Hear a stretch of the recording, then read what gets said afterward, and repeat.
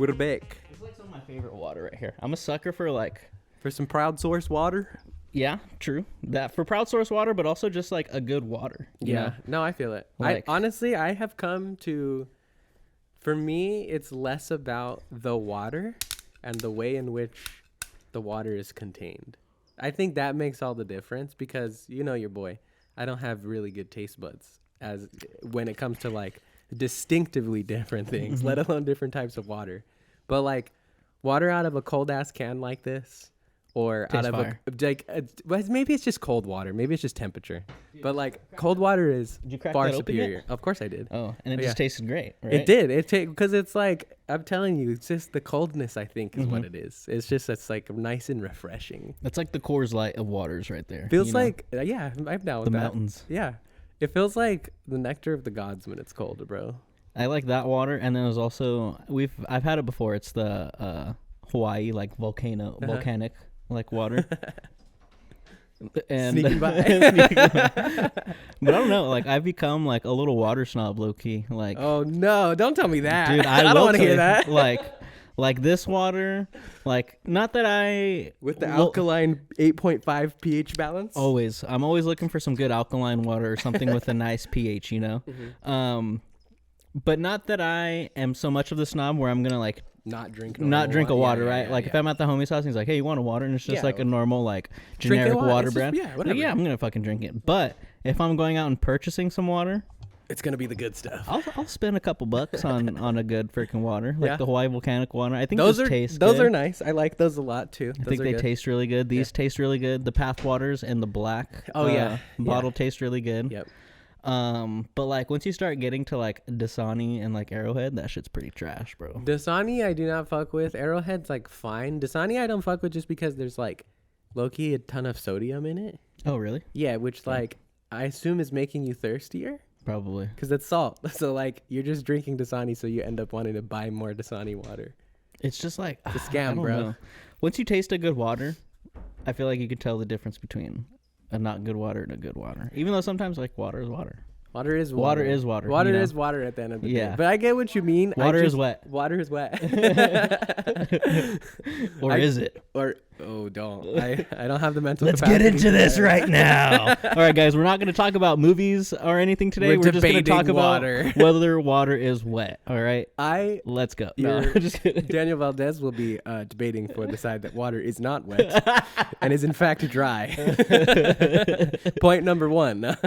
No, I get it. Like I said, I just don't have the taste buds to really make the distinction between the tastes.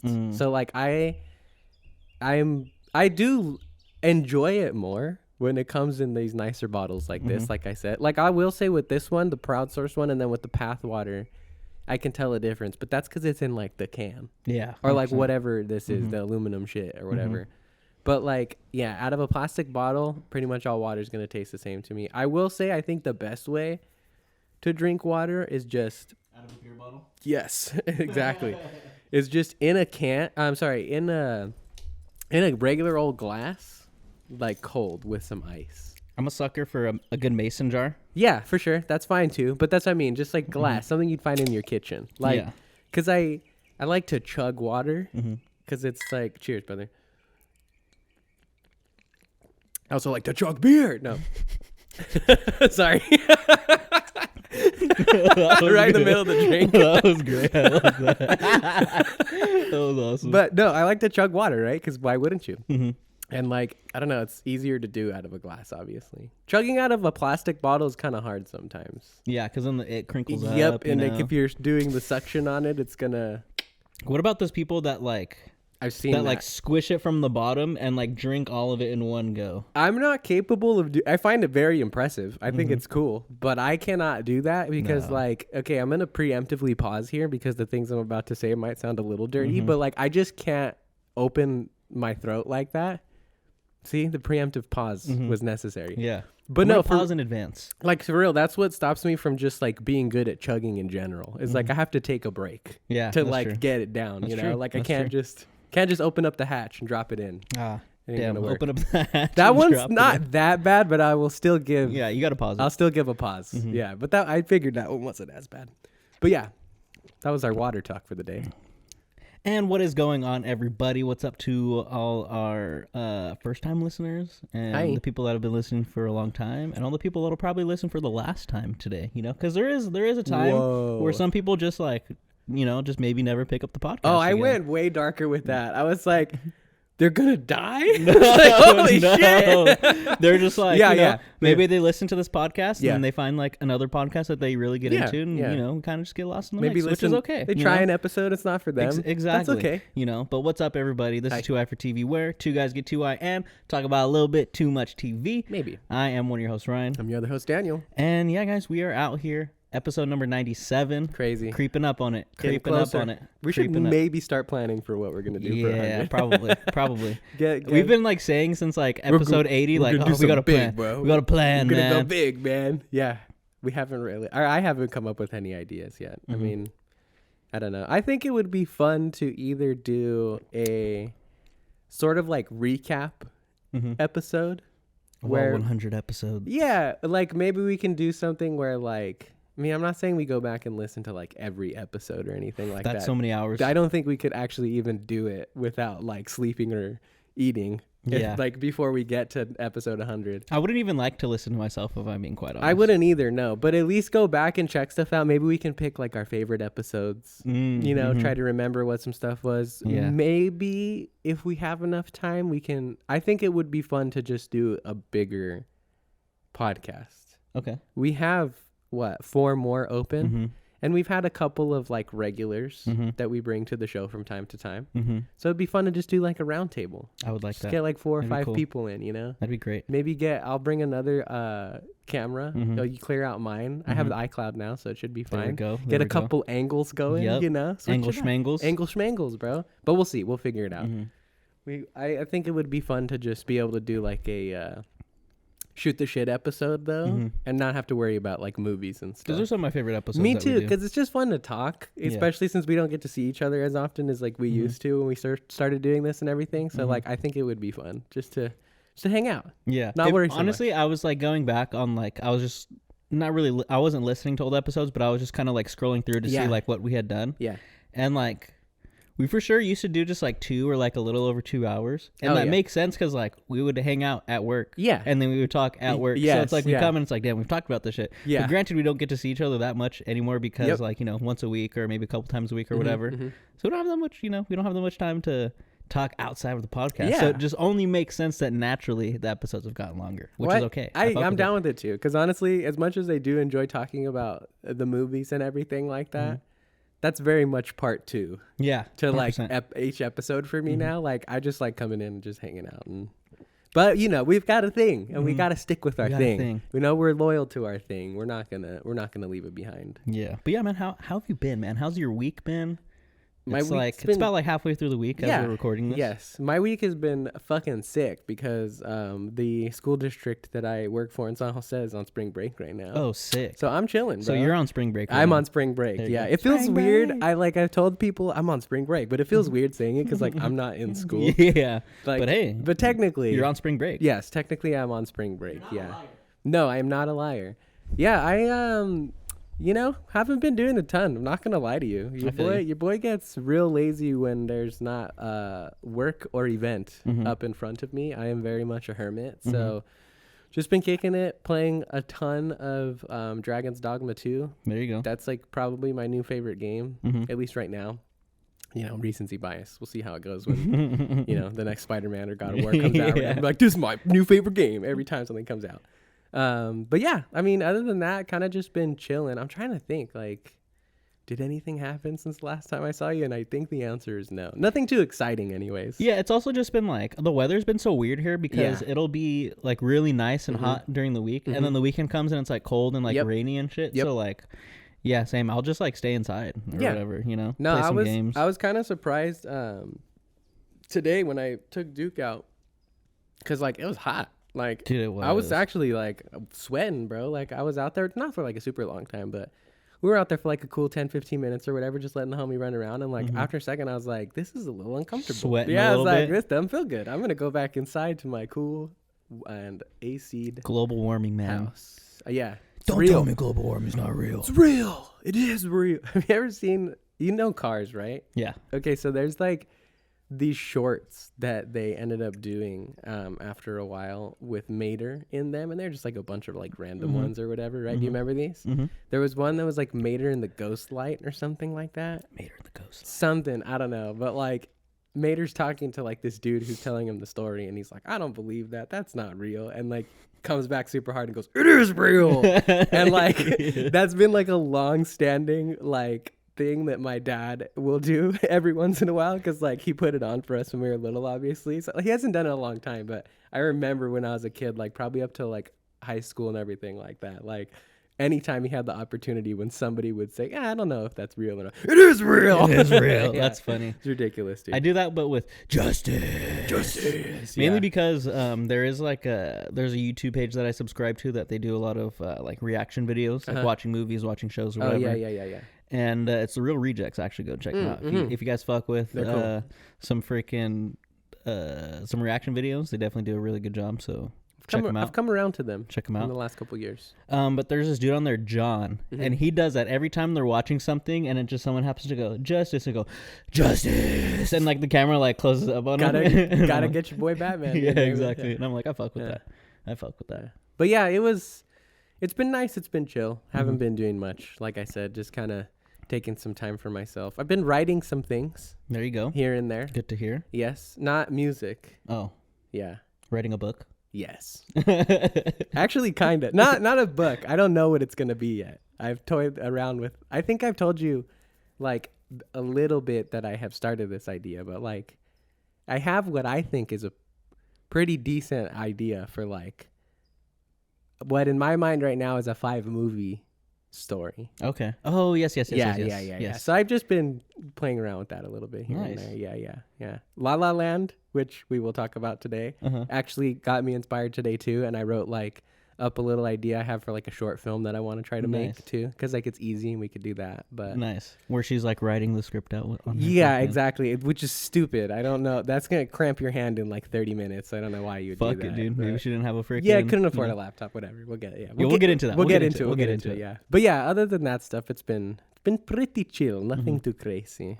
You got anything exciting going on, my guy? Nothing much, dude. Just been chilling. Work throughout the week. So like once the weekend comes, I'm like, fuck, I just want to kind of chill and kick it. Yeah, do a lot of editing and stuff like that. Been reading 1984. Oh yeah, that's right. Which has been really awesome. I've been really enjoying that shit and like eating that shit up to where like I bring it to work. I read on my breaks. Hell yeah. I try to read on my lunch a little bit. It's just hard like on my lunch because I'm like eating and I want to read, but I gotta eat. But I also want to read. But I gotta eat. Of course. But you want to read. But I want to read, you know? You got to feed your... My stomach wants to eat and my brain wants to eat at the same time. You got to feed your bonsai and your brain at the same time. So it is kind of like, it's a hard thing there. But I have been like coming home and like doing a little bit of editing and then going outside, rolling a joint, and then just like, and reading. And I'd been reading for like a good like over an hour. Nice. Good. Which from up to this point, I haven't been that big of a reader. I'll read here and there. I was telling you beforehand, like when I find a book that I actually really, really like, I read through that shit hella fast. I did that with the Cirque du Freak series. I've read that like, there's like 12 books. I read that shit twice. Damn, that's crazy.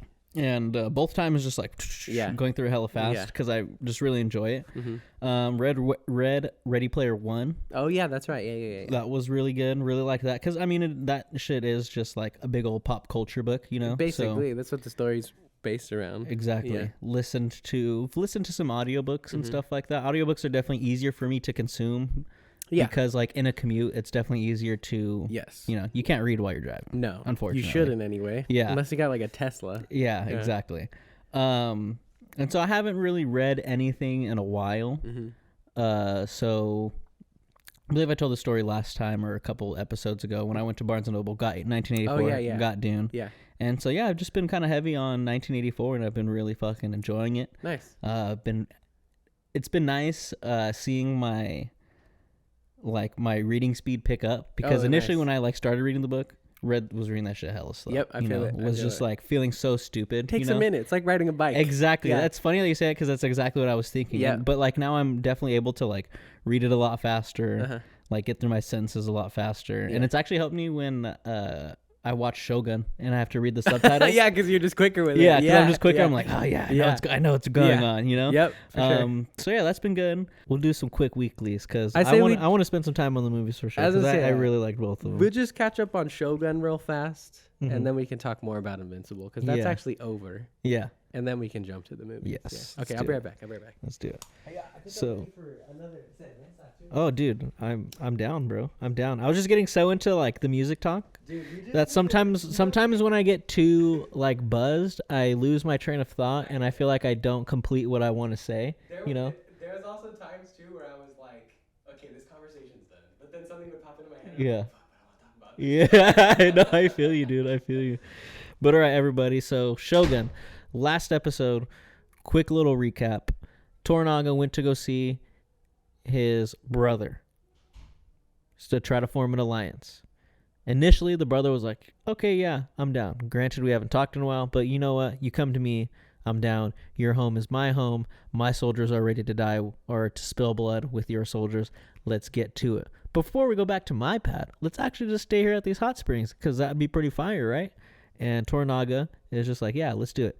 So they all go there, and Toranaga's brother, Saike, is really trying to push like, hey, let's have this conversation, blah, blah, blah. Let's talk about, what am I going to get and such for doing this alliance with you. We're brothers, whatever, but I got to be getting something out of this.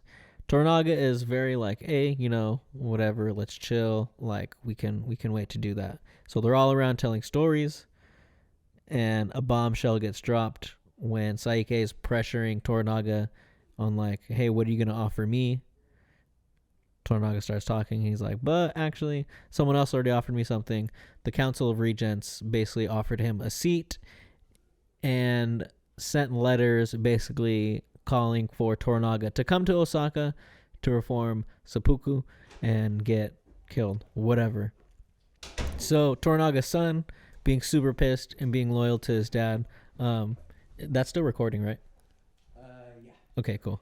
Hour 36. Nice. But freaking Toranaga's son, Lord I think Nagakado, yes, being the reckless young warrior that he is, very eager to please. Very eager to make his dad happy, but also very eager to try to go into war to prove himself. Yeah. Blah blah blah. Wants to spill blood in war, right? Yeah. Gets a little too ahead of himself and tries to take out Toranaga's brother. Mm-hmm. When he's about to do it, slips on a rock, bashes his head in. Craziest way to fucking die. Real bad. Craziest it's way. A bummer. I low-key think about that shit sometimes of like how crazy that shit would be to just get your shit smashed in. Well, because it's so unfortunately easy to do. Like, we're pretty fragile. Yeah, like, exactly. Your head can cave in pretty easily. And so that's where the episode ended. Yeah. Pretty nuts. We pick up I wouldn't say like immediately after that, but shit happens. Yeah. They're like traveling back to Edo. Yeah, that's right. And that's where they're gonna perform the funeral for Toranaga's son. Yep. While we're going there, Toranaga is presumably sick. He's coughing on his horse. Mariko has been saying like, hey, homie's been sick ever since shit went down. Blah, blah, blah, blah, blah. Mm-hmm. We're going to go back to Edo. We're going to do this. He's going to have some time before he goes back to Osaka, which is 49 days, which is crazy. That's hella time. Traditional grieving period. Hey, shouts out. Respect, that's awesome. That's honestly. Respect. That is respect. Who's going to take their enemy? I wouldn't expect it to be 49 days. I would expect it to be much longer, quite frankly.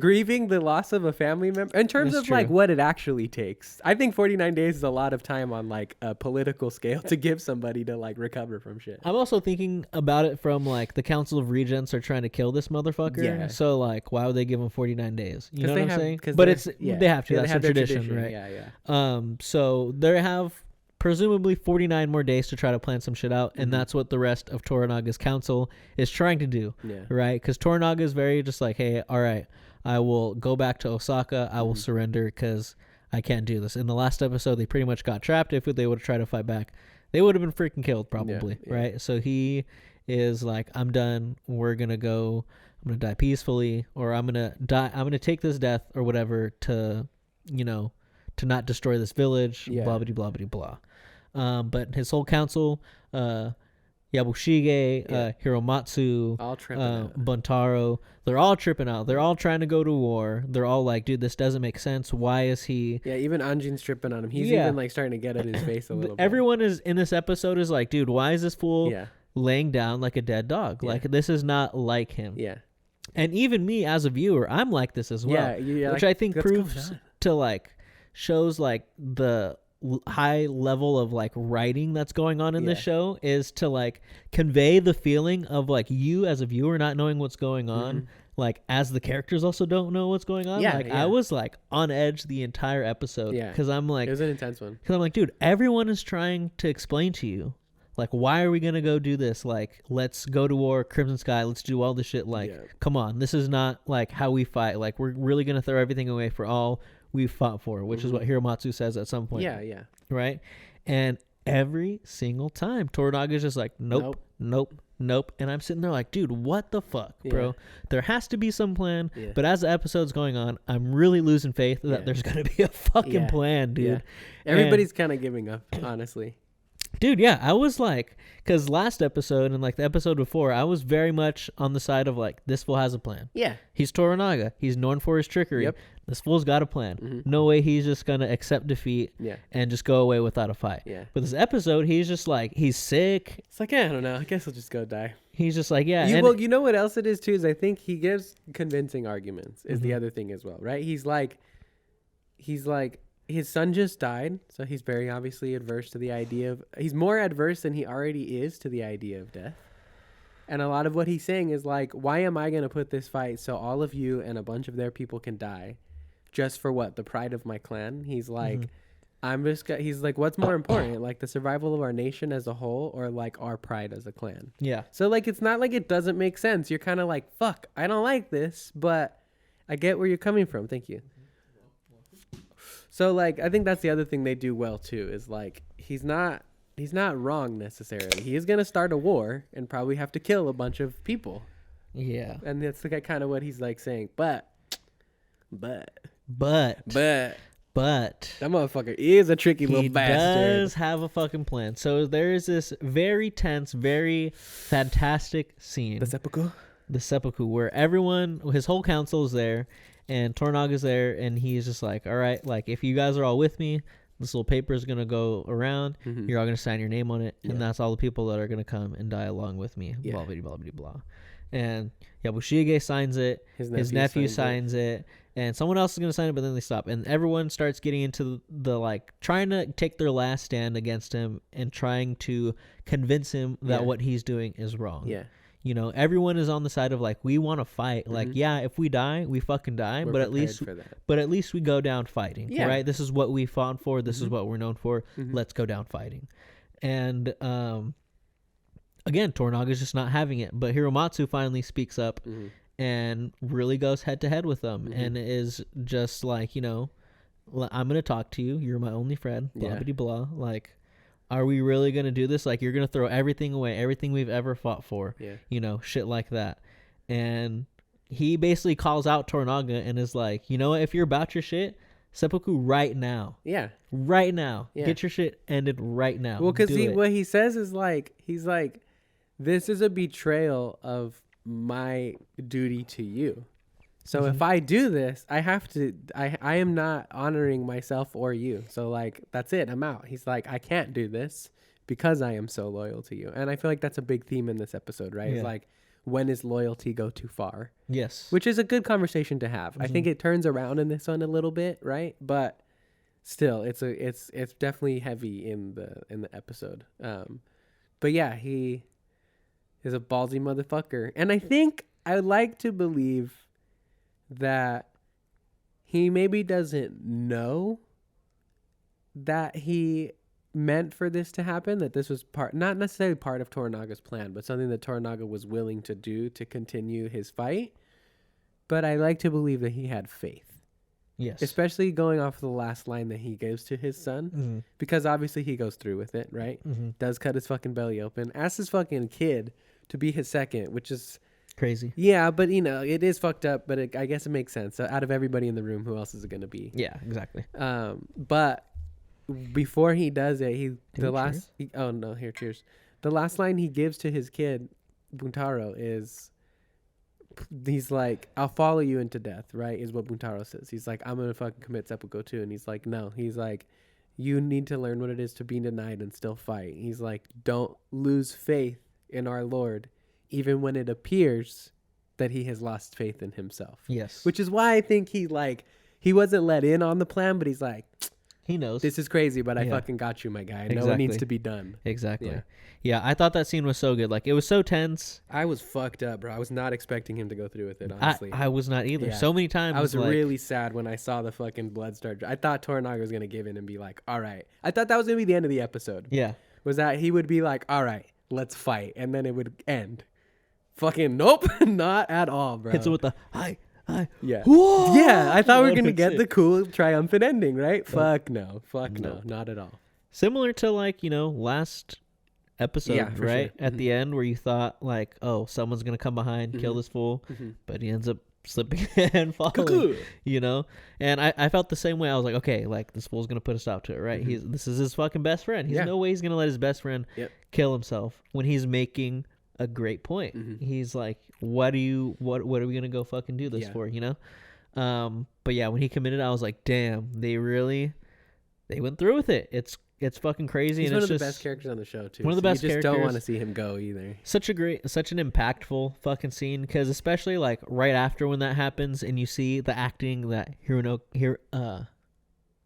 I think Hiroki Sanada Let me look that is up doing. just in case. Yeah.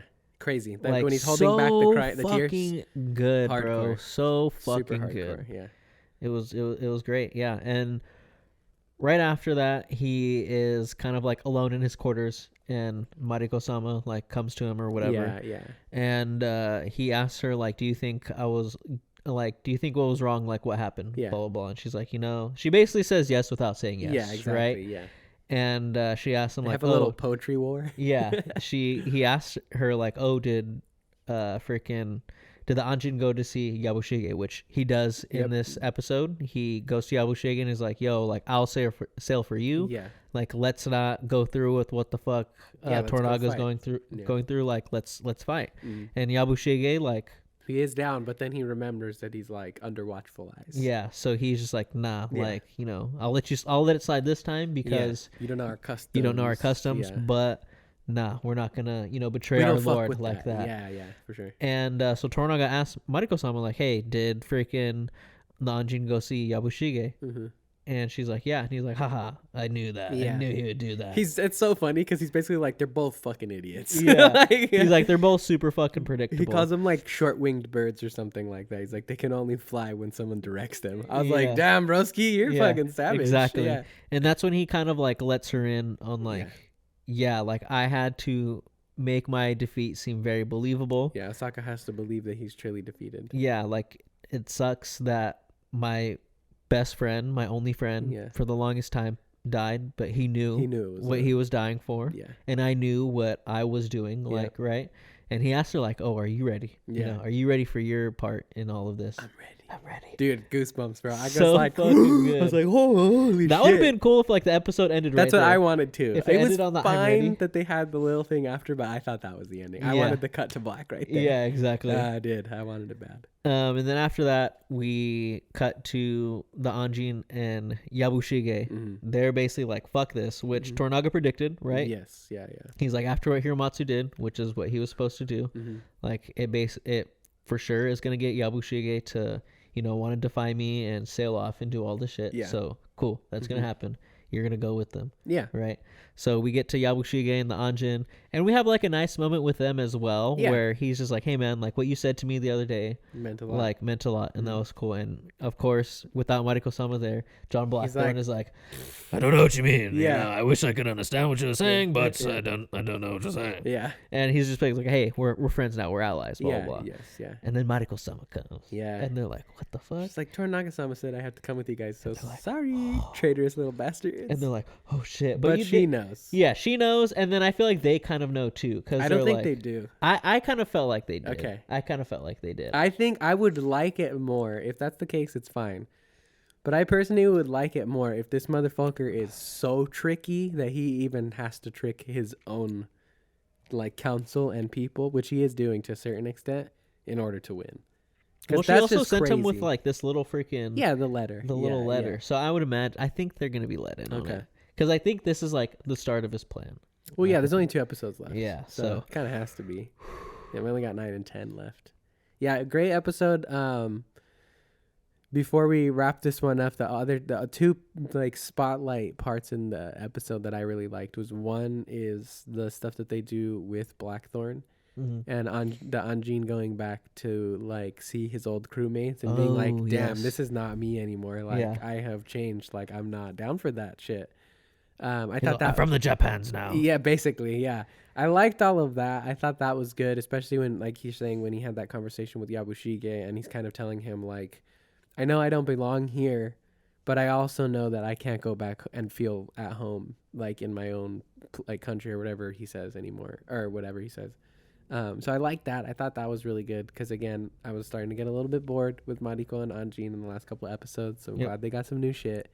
And then the other scene that I liked a lot too was the scene with Buntaro and Mariko. Dude, yes. When he makes her the tea. I really liked that scene. I thought it was great. I was honestly almost hopeful a little bit for their relationship in that moment because I was like, damn, homie's like trying to be nice. He's not great at it, but he is trying. I sense no ill intention in his heart. I think he genuinely was trying to, like, in the circumstances, give him and his wife the best possible outcome in his mind, right? And I did genuinely feel bad for him when Mariko's like, I would rather live 1,000 days than like whatever she said. I was like, he's not emotionally intelligent enough to understand all that, honey. You are killing this poor fucker right now. I was like, holy shit, bro. Dude, if I just poured my heart out to my girl and she tells me like, yo, I would soon rather live 1,000 days than die that death with you. Yeah. Dude, like, that what the fuck do I feel like? Bro. Oh my God. I'm destroyed after that. He's like, okay, bye. Like, I love you. And like his face after he was just like, so sad, bro. Like, yeah, that would be my face. Yeah. Like that, but that one was harsh. I really loved that scene. I loved the emotions going on. I loved like the angles they were doing, like with the camera, like, you know, when they would pan out and it would be the both of them. Just like, a very like touching scene that I did not think I was gonna see from Buntaro, because this character's been pretty fucking shitty. Definitely. You know, very, very fucking shitty to Mariko-sama. And I did feel like a little like he was being a little genuine on like, you know, I am trying to be better or whatever. But I also get what she's saying when she's like, you don't even understand. No, like, he doesn't. You don't understand. Because that was probably his first attempt in their entire relationship to try and understand. Yeah. So, of course, he's not going to get it right on his first try. Yeah. Yeah. But, yeah, I thought that shit was really, really fucking good. And, yeah, her line of, I'd rather live 1,000 years than die that death with you is... rough. That shit sucks. That's crazy too, because like they're talking about killing themselves together. It's not like I'd rather die than be with you. It's like I'd rather live 1,000 years like than to die. Fuck, bro. Holy shit. Just crazy reversal. Yeah, the other one too that I just thought of right now that made me laugh is in the last episode he writes in the land for, I can't remember her name, but the leader of Jin of the courtesans, right? Yeah. Yeah. So writes in the like plot of land, and we get like a good touching scene where she's kind of like envisioning the future of her like small little section of like the town or whatever it is. And you have Omi there who's like, I don't get what the fuck she's doing. Yes. And Kiku comes in and like explains it. Exactly. Great. I loved all of that. And earlier in the episode, I do not remember his name at all. Suji. Yeah. I know that's the priest. But that just means translator. That's not actually his name. Yeah, he's just the priest guy. Yeah, the priest guy with stupid hair. He comes back and is like, again, I believe trying to be genuine. I don't think he's being too, I mean, I think he's still working in the interest of the church, but I don't think he's being like snaky when he's like, dude, like, I'm just here because I don't want to see you die. Like, you're a homie. Like, you have been cool to me and like, I respect you, blah, blah, blah. Like, I don't want to see you go through this stuff. And he's kind of like, nah, fuck you. Toranaga's basically like, I see through the lies of the church now. You're associated with them. You're no longer my friend. I'm not even going to give you the respect of speaking to you. We're speaking through Mariko now, you stupid motherfucker. And I was like, cool. Craziest bar when he's like, yeah, Mariko-sama, translate for him. Yeah. This fool can't speak our fucking He language doesn't anymore. deserve it anymore. Yeah. Yeah. Crazy. If some fool was just like, hey, you Awesome. can't speak. Like if I was like in a household speaking Spanish, right? Yeah. And this motherfucker was just like, hey, Don't speak Spanish. yeah, you don't have permission to speak Spanish in this house any fucking more. Yeah, that's crazy. Like, what do you even say to that? You Like, don't. You what do do exactly you what the say? homie did, and you just go through the translator, bro. That's such a crazy, like, disrespectful thing. But of, like, but proper disrespect. proper, like, or proper. at least like, fuck, what's the word? It's like literally. I didn't want to say disrespect because I don't. It's not disrespect, yeah. but it's like, merited disrespect. Like it makes sense. A demeaning thing. Yes, yeah. But yeah, so that whole thing happens. But before he leaves, he tells Suji, I'm a man of my word though, and I promised you could build a church here in Edo or however you pronounce it. And so I'll stick true to my word, and I will give you that land. And he kind of smiles and is like, damn, this sucks, but shit, at least we're still getting our church or whatever. And then later, they're both out there, Jin and Suji, observing the same little plots of land next to each other. And he's like, who's that over there? She's like, she's like a famous courtesan or whatever. Like, yeah. He's like, why is she out here? He's like, oh, they're going to build their like thing out here, whatever. And he's like, motherfucker. And I was like, God, Jim, motherfucker. Some faith is going to be tested out there. Big time, bro. For sure. Big time. But you get a nice little like revolving door of like constant confessions coming in, right? You know? Fair. It's going to be good business for the both of them. Exactly. You got, people go to church, get tempted by some beautiful women, give in to those temptations. Sin. Have to come back.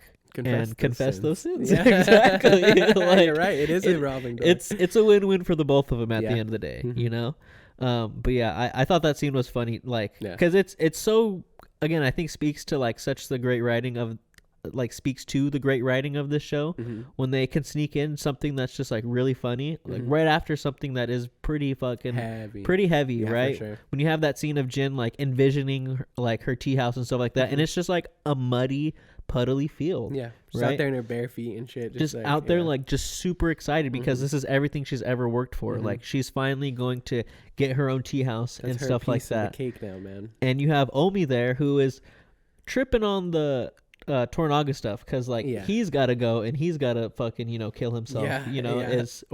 What he is presuming he has to do, right? Yeah. And he has that conversation with Kiku when he's just like, I don't know like what I'm fighting for like anymore, like I don't even know pretty much like what to believe in anymore. And she tells him, she tells him like, hey, like if you can't see what you're fighting for or what you believe in, that just means you have to look harder. And I was just like, damn, like good shit. She hit him with some good ass shit. That was such a there's so many good fucking lines in this. Definitely. Like going back to when John Blackthorne was talking to Yabushige and he basically tells like, oh, to when he tells Mariko, Mariko tells him like, this is what like loyalty is, like if you're not willing to like kind of like fulfill your duties, like then that's not being loyal. Loyalty doesn't have an end. Exactly. And he's just like, well, at what point is like loyalty like lunacy and shit like that when you're committing suicide basically? And she goes like, is that for, you want me to translate that or is that for fuck? Is that for me? Good shit. Like so many fucking good lines in this shit, bro. So fucking good. Yeah. One thing I will say that I am sort of like 50-50 on or whatever, just to pull out the critic hat really quickly, is I don't really know why we need to be going back to Lady Ochiba and like the death of the it's Taiko's wife, right? I think so. I think it's her mom. Well, is it her mom? No, I think I think they're like technically both the Taiko's like wives or partners or consorts or whatever. Because I think the older lady was his wife. Okay. The one who couldn't give him babies or whatever. And then she came in and had the heir finally. Yes. Yeah. Because she says like our son and like all this shit or whatever. Which like is sad. But I don't know that like there's been enough time devoted to that relationship for me to like maybe it'll come up in the next couple episodes or whatever, and maybe it'll like change. I assume it's meant to be a catalyst for either Lady Ochiba changing and she becomes a helping factor in Toranaga like beating Ishido in the end, or it's like a snapping point, and she just goes full crazy after this. But that's not really shown to us in this episode very much. It's just like a very brief section where like we go back to Osaka, and like somebody's like bringing in tea, and they like open the door, and the poor lady's like having a stroke on the fucking ground, and it's like, we can't do shit, she's gonna die. And then she comes in and is like, I love you too, please don't be evil. And then it's over. She has a good line too, where she's like, pretty much telling her like, she's telling like Lady Ochiba like to like not align herself with Ishido. Ishido's nothing, and he comes from nothing. Ishido is nothing.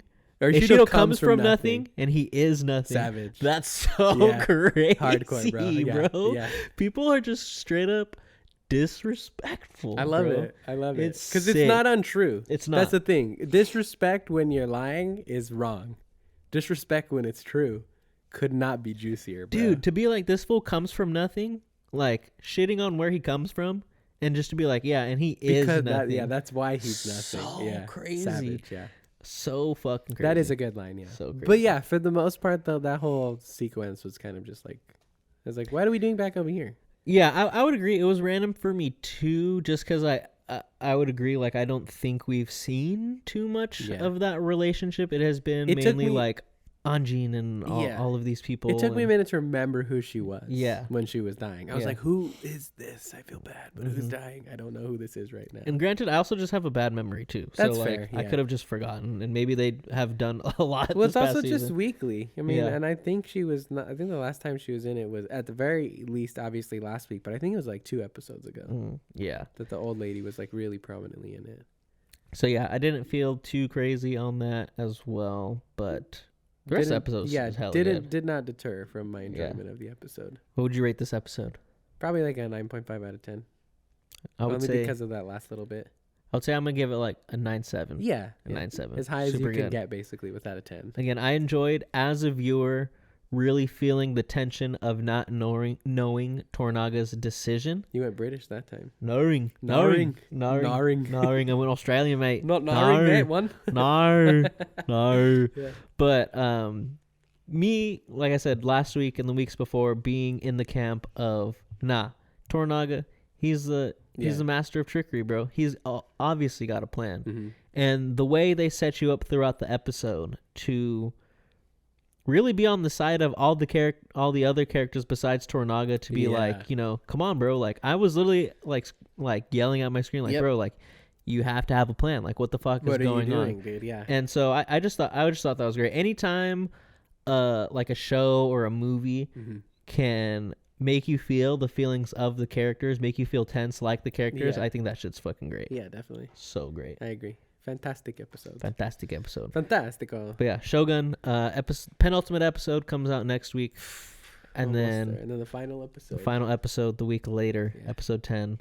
But yeah, go check that shit out on Hulu. I think that shit's really, really fucking good. I agree. Definitely one of the fantastic better shows I've seen in the past couple of years. Oh yeah, easily, for sure. And yeah, I'm excited. I'm excited to see some fighting. I'm excited and sad because like you said, this had been one of the GOATs, at least for the last, like, I would say 5 or 6 years even. But it's gonna be over. I don't think we're getting anything after this season. No. It's just a mini series. Yeah. But one show whose season is over, and we're still getting more of, is Invincible. Invincible season 2, episode 8. Yeah. Came out. Fucking banger, bro. Shit was crazy. Such a good fucking episode. So at the end of the last episode, obviously we got the shit. Mark got his shit kicked in by Anissa. Also gets his heart broken when him and Amber have to break up. Yep. When he's on his way home, gets a call from his mom, picks it up. He's like, "Hey, what's up, Mom?" It's not his mom. It's Angstrom Levy holding his mom and his brother Oliver hostage. Yep. So we pick up right where we left off.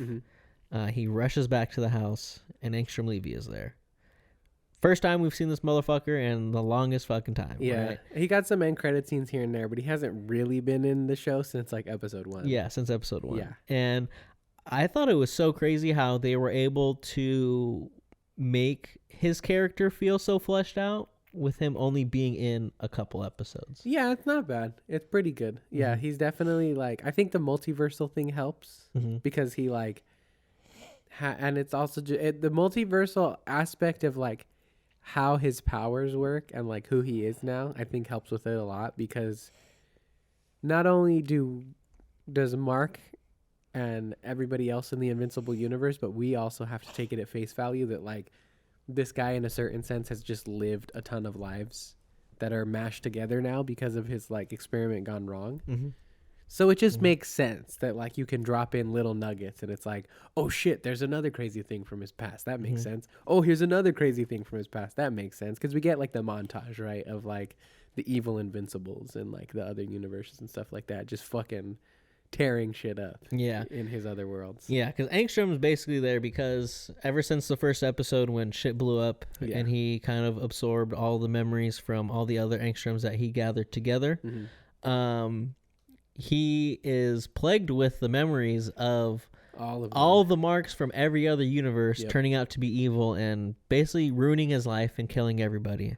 Yeah. Whereas this mark is like one of the only marks that is good. Yeah, which like great twist, by the way, on like a very typical comic book trope where like it's always that your character is the main Mark is still the good guy and the main like Captain America is still like the good guy.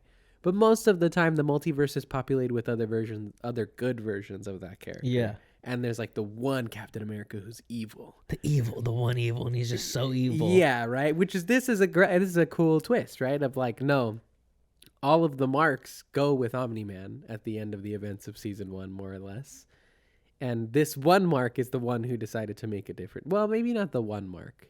I don't know if I don't know that it's ever fully clarified that he is the singular Mark who is good in the entire multiverse. Only because the multiverse is obviously infinite, so they can't expand on everything. But every other version of Invincible that we're exposed to in the story is evil.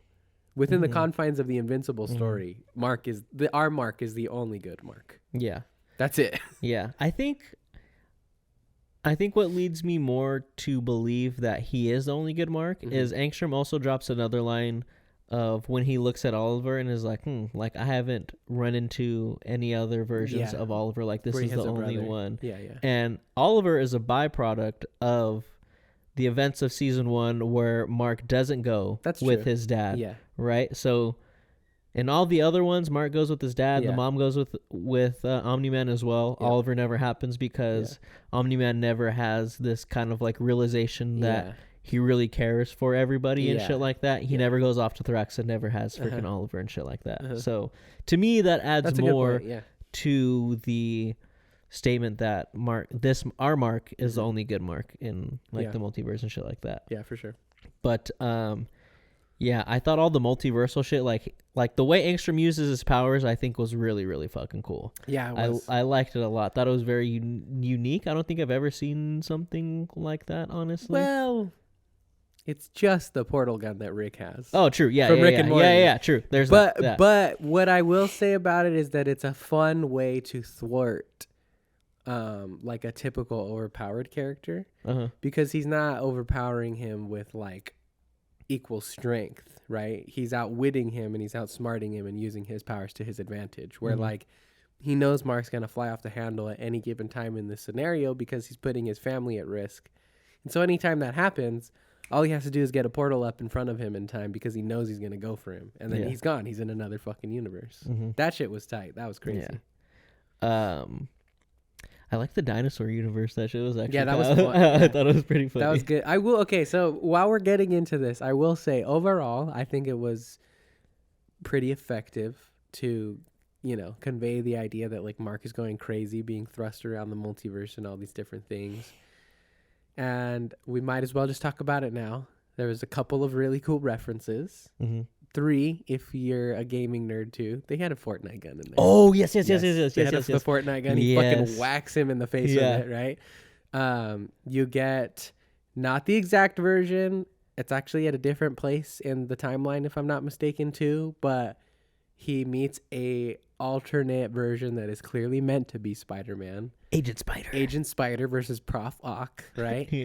And then we also get a Batman one, which is very clearly in my mind meant to be Batman. I don't 100%. Think they're legally allowed to do it, but the way that they did it, it's fine so that they get away with it, but it's Batman. So while I liked it overall and I thought it was fucking cool to see these types of crossovers, even if they were like, you know, not name brand crossovers sometimes, it took me out of the tension of things a little bit. Okay. Because his fucking mom and brother are like threatened by death.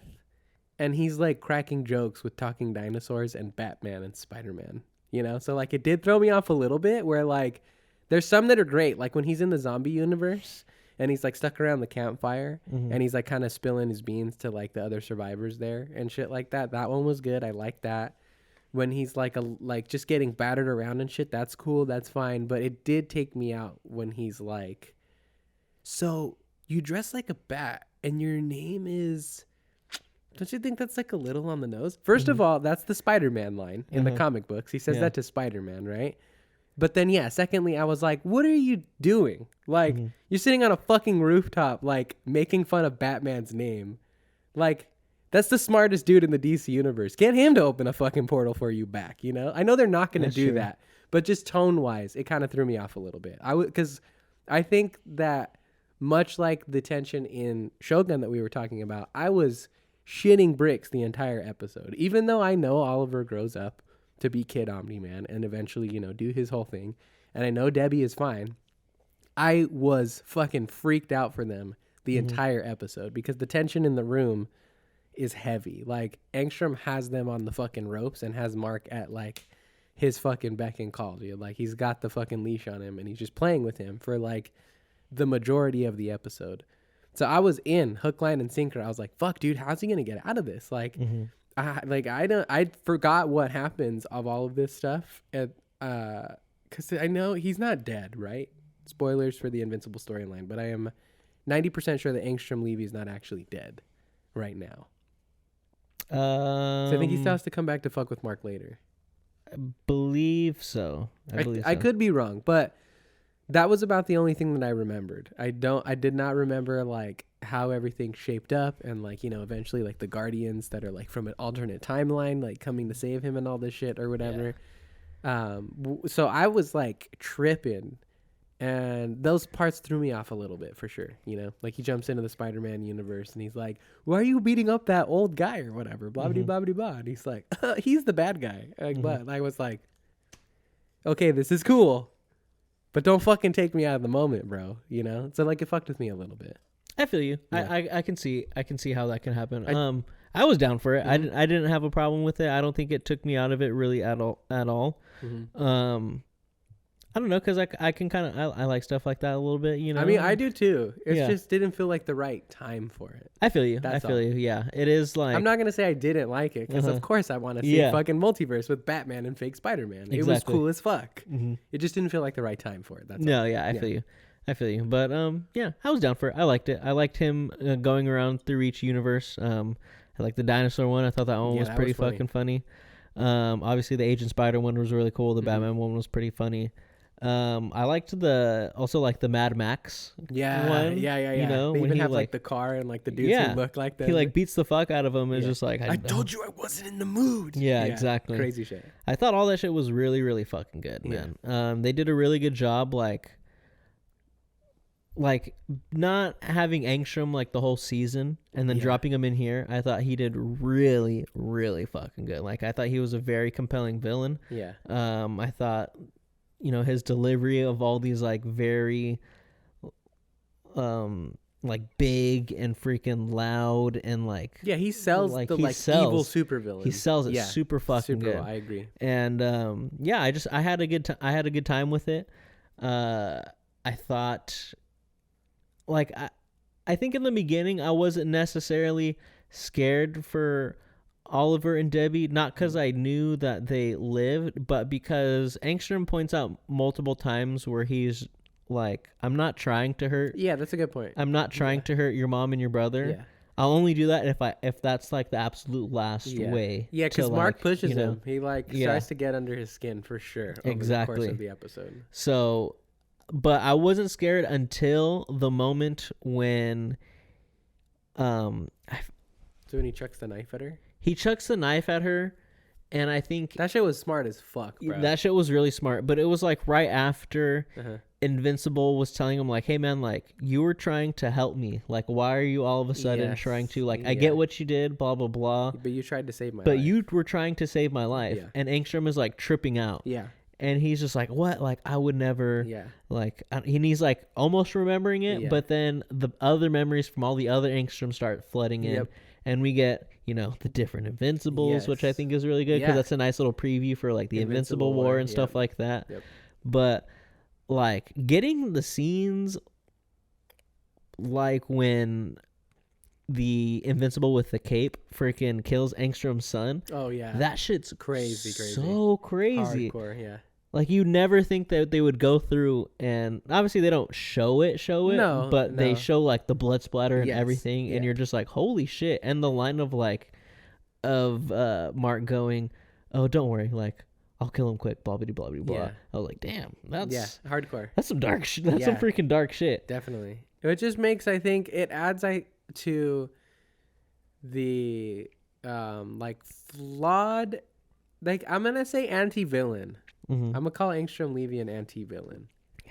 Because you know how, like, an anti-hero is, like, a good guy who's a good guy who has, like, bad intentions in the way that they do things. It's kind of like a bad boy. He is a clear villain who has good intentions. Yeah, he's the opposite, right? So like that's what I'm saying, anti-villain, and like he essentially fucks himself because he's so caught up with all of the other bleeding memories in his poor gigantic fucking back brain that he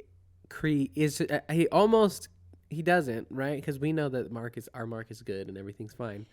But he almost unintentionally creates another evil Invincible himself. Yeah.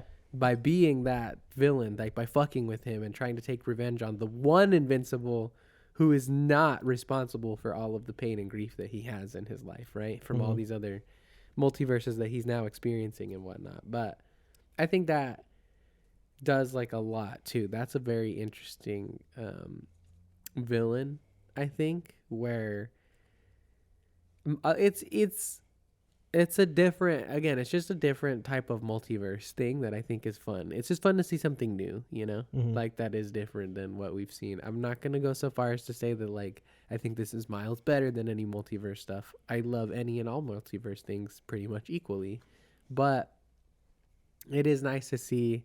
I mean, it's not new, because they did this like fucking 10 years ago. It's just nice getting a different spin on the shit that we're used to seeing. Yeah. Like, we're so used to the copy and paste, like, general, like, multiverse where, like, oh, everyone's just, like, slightly different. And, everyone's, like, slightly different, but it's, like you were saying earlier with all the other Marks being evil and like, Honor being the only good one. It's just, like, it's, like, an inverse of, like, what we're normally used to seeing, you know? Yeah. And it is funny, too, right? Because it's, like, again, it's not technically new. This happened 15 years ago. When in comic books, the multiverse was at the level that the movie universe is at now, and then the Invincible comics came in and shook stuff up. So this technically already happened. It's just funny, and it's kind of trippy, and it's super weird to see everything unfolding again, but like in a cinematic sense now. I mean, it's animation technically or whatever, but the show is highly cinematic, and it is very highly produced, so I have no problem putting it in the same camp as like MCU multiverse stuff or like DC universe multiverse stuff or whatever, you know. So it's just funny. It's like a repeat of history, with the same shit. Like, exactly. It's crazy. It's so weird. It's such a trip. I really liked once like Invincible and Angstrom like started fighting like fist to fist, like hand to hand. Yeah, that shit was crazy because that like came like I don't really remember like the Angstrom stuff from the source material, so it wasn't like, oh yeah, I know what the fuck happens in this fight, other than the generic knowing who lives and knowing who dies. Right? So when freaking Angstrom hits him and he goes fucking flying. I was tripped. I was like, what the fuck? Like, holy shit, I did not expect that. He's got some good lines too, right? Because he's like talking and he's like, I went to all the best doctors in the universe and they fixed me up, but even the best in like all of the multiverse couldn't fix this. Like, this is who I am now. He says that earlier, right? And then like the fisticuffs are getting ready to start and you can kind of feel the tension or whatever, and he like fucking hits him with that first thing and he's like, oh yeah, I forgot to mention, they didn't just fix me, they made me better. Yeah, made me hella strong. Yeah, and he's like, strong, obviously, but then he also has the multiverse advantage too. So he's like opening portals and like sending Mark into a building in another fucking universe, and then like grabbing his ass and throwing him into like crazy shit, bro. Like so intense and super fucking cool. But then Mark is just like, okay, hold on, motherfucker. Yeah, you forgot to tell me that they made you stronger, but what's up? I also forgot to tell you that I've just been holding back this whole time. Yeah. And you've pushed me to the limit of where I'm not going to hold back anymore. Yeah. You are constantly, you've been threatening me and my family, and we've literally done fucking nothing to you. At all. And I'm not going to let you hurt my family, so I'm going to finally stop holding back. Yeah. And he beats the fuck out of him. Yeah. And I liked it because it is a nice like parallel and like mirror to the end of season 1. Yeah. Where Omni-Man is beating the fuck out of Invincible. Yeah. And Mark is literally beating the fuck out of Angstrom. And this whole season, his whole thing has been not to become like his dad. Yeah. Right? Yeah. And not that he's becoming like his dad, but, you know, like, he finally stops holding back. Yeah. And he literally pretty much turns him into juice, bro.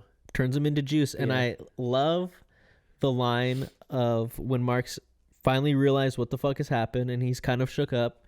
And he's like, I thought you were stronger. I thought you were stronger. Because at face value, it's like, oh, yeah, he thought Angstrom was stronger because Angstrom told him, like, oh, they made me stronger. Yeah. But he's really saying that to himself, right? Like, he's trying to justify the fact that he thinks he just killed him. No, not even that. Like, again, like this whole season, he's been trying to not become like his dad. Yeah. He's been trying to show everyone that, like, hey, yeah, my dad was evil, but I'm not like him. So he's been trying to be stronger this whole season, right? And the fact that he let himself get to the point where he stopped holding back and pretty much to what he thinks killed someone.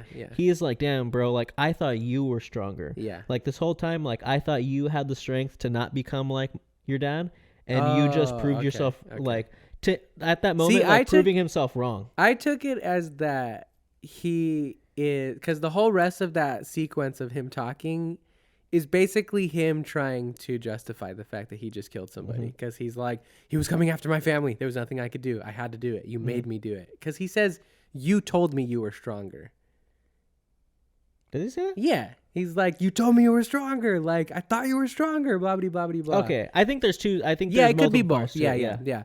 But either way, that whole shit is fucking intense, bro. And like, Steven Yeun does a great job. Like, that shit is hard to watch. Poor little fucking, like maybe 18-year-old Mark at this point. Yeah. Like, just dealing. Freshman in college. Yeah. Dealing with the fact that he, again, thinks he just murdered someone, going through everything that he went through in the time before, and just like doing his best. Because first of all, he's alone and doesn't even realize he's alone, stranded in like another universe for a little while.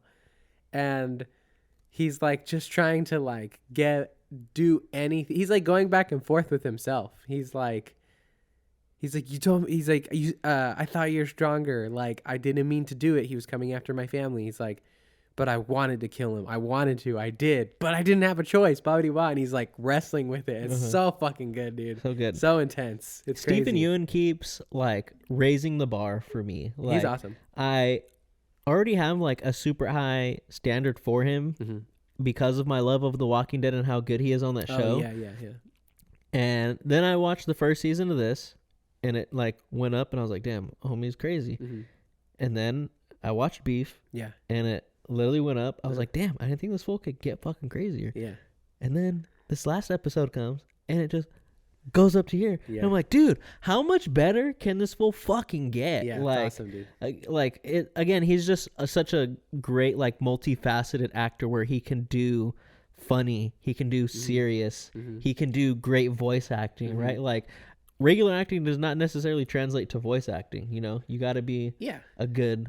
You know, you got to be able to sell it. You know, and he does a good fucking job. I think also too, I would imagine that a voice acting has a better cushion when it comes to vulnerable moments, because I imagine I'm sure the best of the best are probably good at just putting this thought aside, but it's probably difficult to blubber like a fucking baby on screen when it's your face. You know, I'm sure there's something in the back of your head that makes it hard to like open up to that vulnerable state. Versus like when you know it's just going to be your voice, I feel like there's more freedom and more room to like really get into that shit because it's going to be a cartoon. Like you don't have to worry about like, oh, what do I look like? What are people going to say about this and that or whatever? You know what I mean? Because like you hear actors all the time who say they have a hard time watching their own movies because they don't want to see like their faces. So I would imagine the voice acting affords like a certain comfort of like, oh, I could fucking send this shit right now. And I think you see that a lot of the times too, because some of the best voice acting performances are like heavy, and you're watching cartoons. Yeah, but they're fucking heavy, bro. Like they hit hard, like in a whole different level sometimes. I feel you. It's crazy. I think just because sometimes I've seen just like bad voice acting where it's just like not good, you know. That's true, but to be fair, that it depends on. I think it depends on. You have to watch it in the where it's meant to be come from, for the most part. True. Because, like, I don't know. The first thing that comes to my mind is, like, English translations for stuff. Yeah. Which are bad. Yeah. But that's not how it was meant to be. You watch the Japanese versions, they're a million times better. Oh, 100%. 100%. Or wherever they're from, you know? But, like, whatever it is. Yeah. But, yeah, it's just a different... I think it's a different medium for sure. And I think I would imagine it affords, like, a little bit more security for actors because they're in a booth by themselves and they don't have to worry about 10, 15 people on set watching them with lights and this and that or whatever, you know. It's just, it's a more intimate setting, so I assume it's easier to get into those bags. I feel you. I think the reason I imagine it being like a little bit harder is because like at least when you're on a set, you also have the environment that you're in impacting like your feelings as well. Yeah, so it's sure. not just like yourself, but you have like your set, you have all the other different characters around you, right? So I feel like at least to me, I think it might be a little bit harder to get into that, like put yourself into the scenario and like really put yourself into that situation when you're kind of just like in a booth and they're like, all right, here's your script. Yeah. Granted, I don't really know how voice acting goes down, but I imagine it's something similar to that where they're like in a booth and it's just like, here you go. You hear a lot of like I remember seeing this a bunch in like the Dune interview stuff where I think it was Rebecca Ferguson who I remember talking about it, where like it is easier to omit reality when the things are clearly in front of you, right? Like I know that's like a big argument that people have against like green screen or blue screen or whatever it is, right? Is it's like you're not physically present because you have to imagine everything around you. So that makes sense. Like that having the things there physically that you need to interact with will like get you to that scene a little bit more. But I mean, at the same time too, he's just by himself though. Yeah. In that scene, it's just him. Like he is quite literally alone. Yeah. In another universe. But that, just heavy shit. Super, super good. I did kind of, I wanted the season to end with him not going back home. Thought it would have like raised the stakes a lot more on the fact that he was stranded. Because, like, the Guardians come in, like, pretty quick. They don't really tell us, like, how long it's been. But in terms of watching it, it's, like, a couple minutes after everything goes down that the Guardians show up and are like, hey, we're going to send you back to your gear time now or whatever. We're going to send you back. I thought it would have been crazy and, like, a good cliffhanger leading into the next one of just, like, put that in limbo. Of, like, fuck, how the fuck is Mark going to get back home?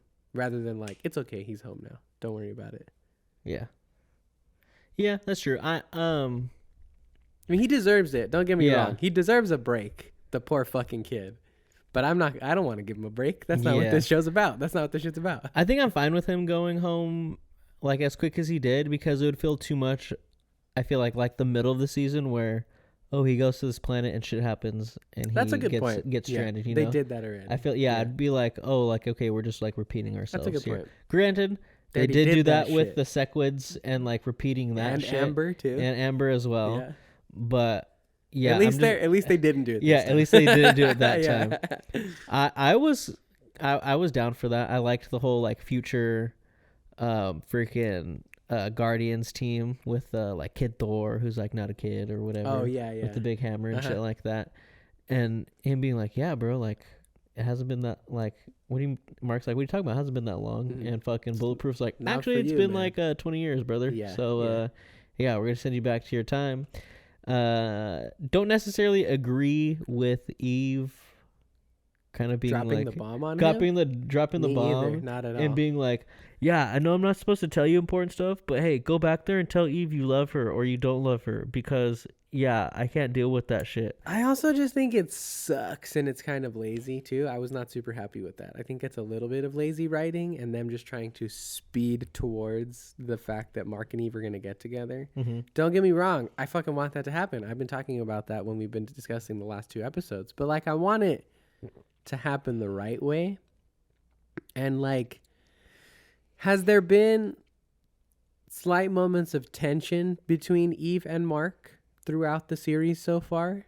Yes. Mm-hmm. There have been romantic tensions. There's awkward moments when they hug each other a little too long, this and that. Yes, blah, blah, blah, blah, blah. But nothing to indicate, to me at least, that Eve is like in love with Mark at this point in time. Yeah. And Eve is like, tell her you love her or tell her you don't, because it's driving her crazy right now. And I'm like, no, it's fucking not. Like, what are you talking about? What do you mean? Where does this come from? I feel like the last thing that we got of like, oh, Eve, it's like the awkward likes hug. Mark, the awkward hug, but also like in the first season when like she's like flying to his house, right? Oh yeah, and she's gonna tell him, right? and then she sees Amber, yeah, and she kind of like flies away. Like to me, that was like the last time we really saw like, oh, Amber likes Mark.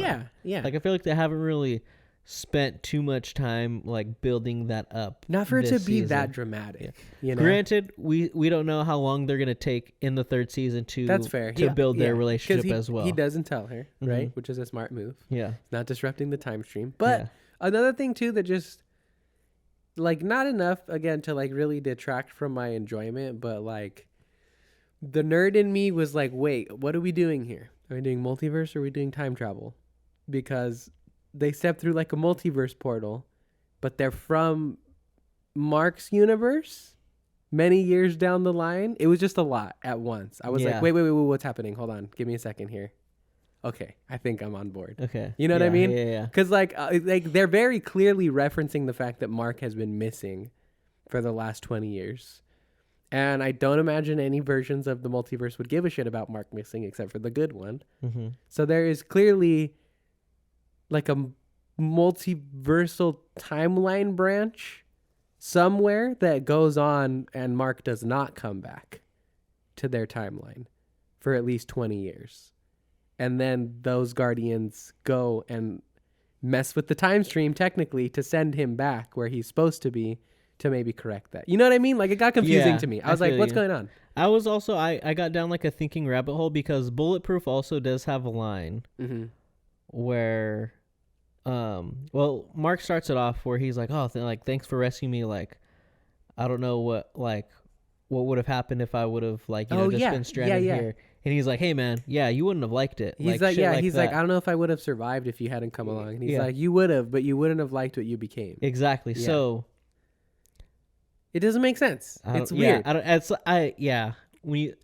When you think about it, it's fine. Yeah, you just don't think too hard about the multiverse. That's what it is. Yeah, I think it's one of those things where you're just not supposed to think too hard about it. It's the shit they tell you in Endgame where they're like, time travel doesn't make sense. Don't worry. That's just the story we're doing. Because I think like multiversal shit isn't like the big thing in Invincible. No, it's just like a little part of it. Yeah, it's one of the major events that happens, and then they move on. Yeah, everything is very much contained in the universe that we're in right now. But there are some weird ones because there's also a section in the comic books too, which I don't think that they'll do because I'm pretty sure it was kind of meant to be treated as like a what if. But there's a part, I don't know if it's an offshoot or if it's a part of the main universe where Mark does go back in time to the beginning of the series. Yes. And he doesn't have his powers, and he's like as in his 17-year-old body, so he's not able to still take on Omni-Man and all this bullshit. But he has all his memories of like his dad, coming back to the good side and all this stuff or whatever. So like, I don't know. There's just weird times where they dabble into time travel stuff, and I don't think they need to. It was the best of times. It was the worst of times.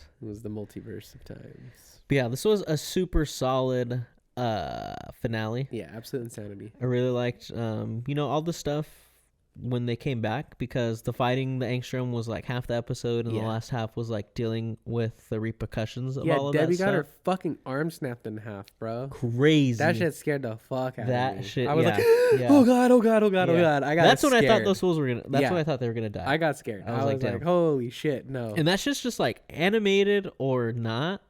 Like that shit's hard to it's fucking bad. That shit's hard to like stomach. Yeah, and just like bad. Watch like shit. Like that fool just freaking yeah. And I can't believe that wasn't like an indication of me of like, oh damn, this fool's hella strong. Well, the way that because I thought the same thing at first, but then I was thinking about it afterwards, and I think it was presented in a good way to fool you because he kind of like breaks her arm over the table that she's on. He doesn't just like snap it in half. He like he uses the leverage. Yeah. So you know, I kind of bought it for a second. But even that's like that's hard. It is hard to do. Yeah. But again, we're more fragile than we think we are. Yeah, you could probably do it. I'm sure a grown ass man could break an arm. Maybe Debbie drank like a lot of milk growing up, so her bones are really strong bones. Yeah, she had strong bones. She wasn't the dude. grandpa from that old Got Milk commercial. Yeah. Exactly. Yeah. Could be. You never know, dude. Could be. You never know. Yeah. We just didn't catch it, man. Exactly. Went by.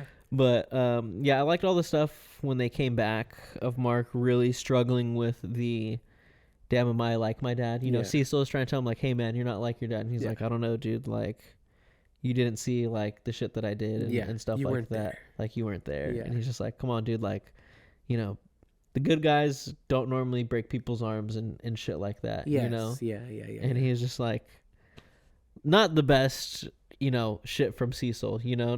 But that's also not his role. It's not his role at all. But you know, he just doesn't do a good job at like, you know, trying to make people feel better. I think he does all right with Mark. I just think that Mark is not in the headspace to accept it yet. I don't think he does a bad job. I think he does as well as he possibly could with the character that he is. But Mark is just, I think even from Debbie or from Amber or from Eve or whoever it was, Mark is not ready to hear that because he just went through this shit. You know? Even from his closest people, he's going to ignore it. Very true. He believes he's his dad now. Which, again, so good place to end on the season, right? But kind of what I was saying last episode or 2 episodes ago or whatever, like Invincible as a character, when he's in his prime, quote unquote, is a motherfucker that does not pull his punches and does not hesitate to kill a motherfucker if needs be. And that's where I'm ready to get to. Yeah. Like I'm again, it's fine that this is where we're leaving on the end of the season, but if this continues through season 3, I'm going to be a little bit annoyed. Like I need him to accept his role of like, he needs to grow up a little bit and realize that he's not in the Marvel universe where he can live a superhero life where he doesn't have to kill anybody. That's not the circumstances that he is living under. Like there is an entire race of people who are either as strong or much stronger than him who are ruling the galaxy with an iron fist. Damn, I didn't even finish my early beer. Jesus. Oh my God. Just killing and murdering people like all the fucking time. Like it's time to grow up, put your big boy pants on and start chopping off some heads, bro. For the good of the universe. I'm not saying be an evil guy like the other ones or whatever, but like Homeboy kills a good amount of people over the course of like the rest of the series, you know? Oh yeah. So like I was down with the struggle this season, but I need him to start to grow out of it. The only other thing I'd be down for is like maybe like a dark phase a little bit, you know? Emo Mark. Yeah. Like he just gives in and he's like, fuck, I am like my dad. Fuck it. And like people start to get worried about him or whatever, you know? And he's like pushing the boundaries and stuff. That would be cool. I'm down with that if he like continues to push things, but I don't know. I like what he goes for in the end, right? Because he has the conversation with his mom, like on the balcony or the roof or whatever it is, where he's like, "I'm quitting college. Like I'm the most important thing I can do." Rightfully so. Yeah, exactly. Because she's like, "What are you doing?" And I'm like, "Shut the fuck up." Like he's the only, like he's using the most logical reason ever of like, "Listen, the universe will die if I don't like figure my shit out. So I'm gonna probably figure that shit out right now." And she's like, "Okay, yeah, I get it." Like I'm glad that she's understanding at least. Like she comes around to it by the end, you know. But yeah, like he very much still seems like he's trying to find a point in which he can kind of fulfill that superhero fantasy of being that overpowered, strong Superman-like character who doesn't have to get his hands dirty. Yeah. And I just am ready for him to move on from that, you know? I feel you. Yeah. I feel you. Yeah, I would say I'm probably also ready for that too. Get gritty, bro. I think we're moving there because I saw some articles that had quotes from interviews with Robert Kirkman. And he was talking about how season 3, every single episode is going to feel like a finale. This is the point from now on where nobody's ready for what's going to go down. Shit's going to start hitting the fan. So I think we're going to get that. And I am excited for that. The only thing I'm not excited, the only thing I'm not excited about is he technically neither confirmed nor denied, but he pretty much loosely confirmed that we're probably getting another season break next time. Oh, like a mid-season break? Yeah. Which I'm not the biggest fan of, but it depends on how they handle it. So I'm going to reserve judgment until it comes out, but I don't want to wait another year because it's probably at least a year away to then wait another like 2 to 4 months just to finish something up. Like just wait, make it a year and a half and give me the whole thing when it's over, you know? Yeah, true. That's what I want. I don't know. Not with 8 episodes. If this was The Flash and it was 24 episodes every season and you cut at 12, cool. That's fine. But when I only get 4 and 4, I'm like, fuck you. Just give me the 8 at once, bro. Give me the 8 at once. It's not long enough to split it. That's true. Not for me to justify it anyways. Yeah, I feel that. I don't have like the biggest problem with the break. Like I understand like yeah, it's only 8 episodes. Do you all really need a break? But I don't know. I guess from just growing up with like The Walking Dead and all that shit on cable and it having like mid-season breaks like all the time, I'm not like the most upset. I mean, like I'm used to it too, you know, like I said, I'm down for it. It's just that like, I think what it is, it's just, is it a choice or is it out of necessity is the thing. And I don't think it's a choice. I don't think it's an artistic choice. I don't think that's what happened this season anyways. If they do that next season, then cool. Like I said, I'll be open-minded to it if it's a good like mid-season finale, so to speak.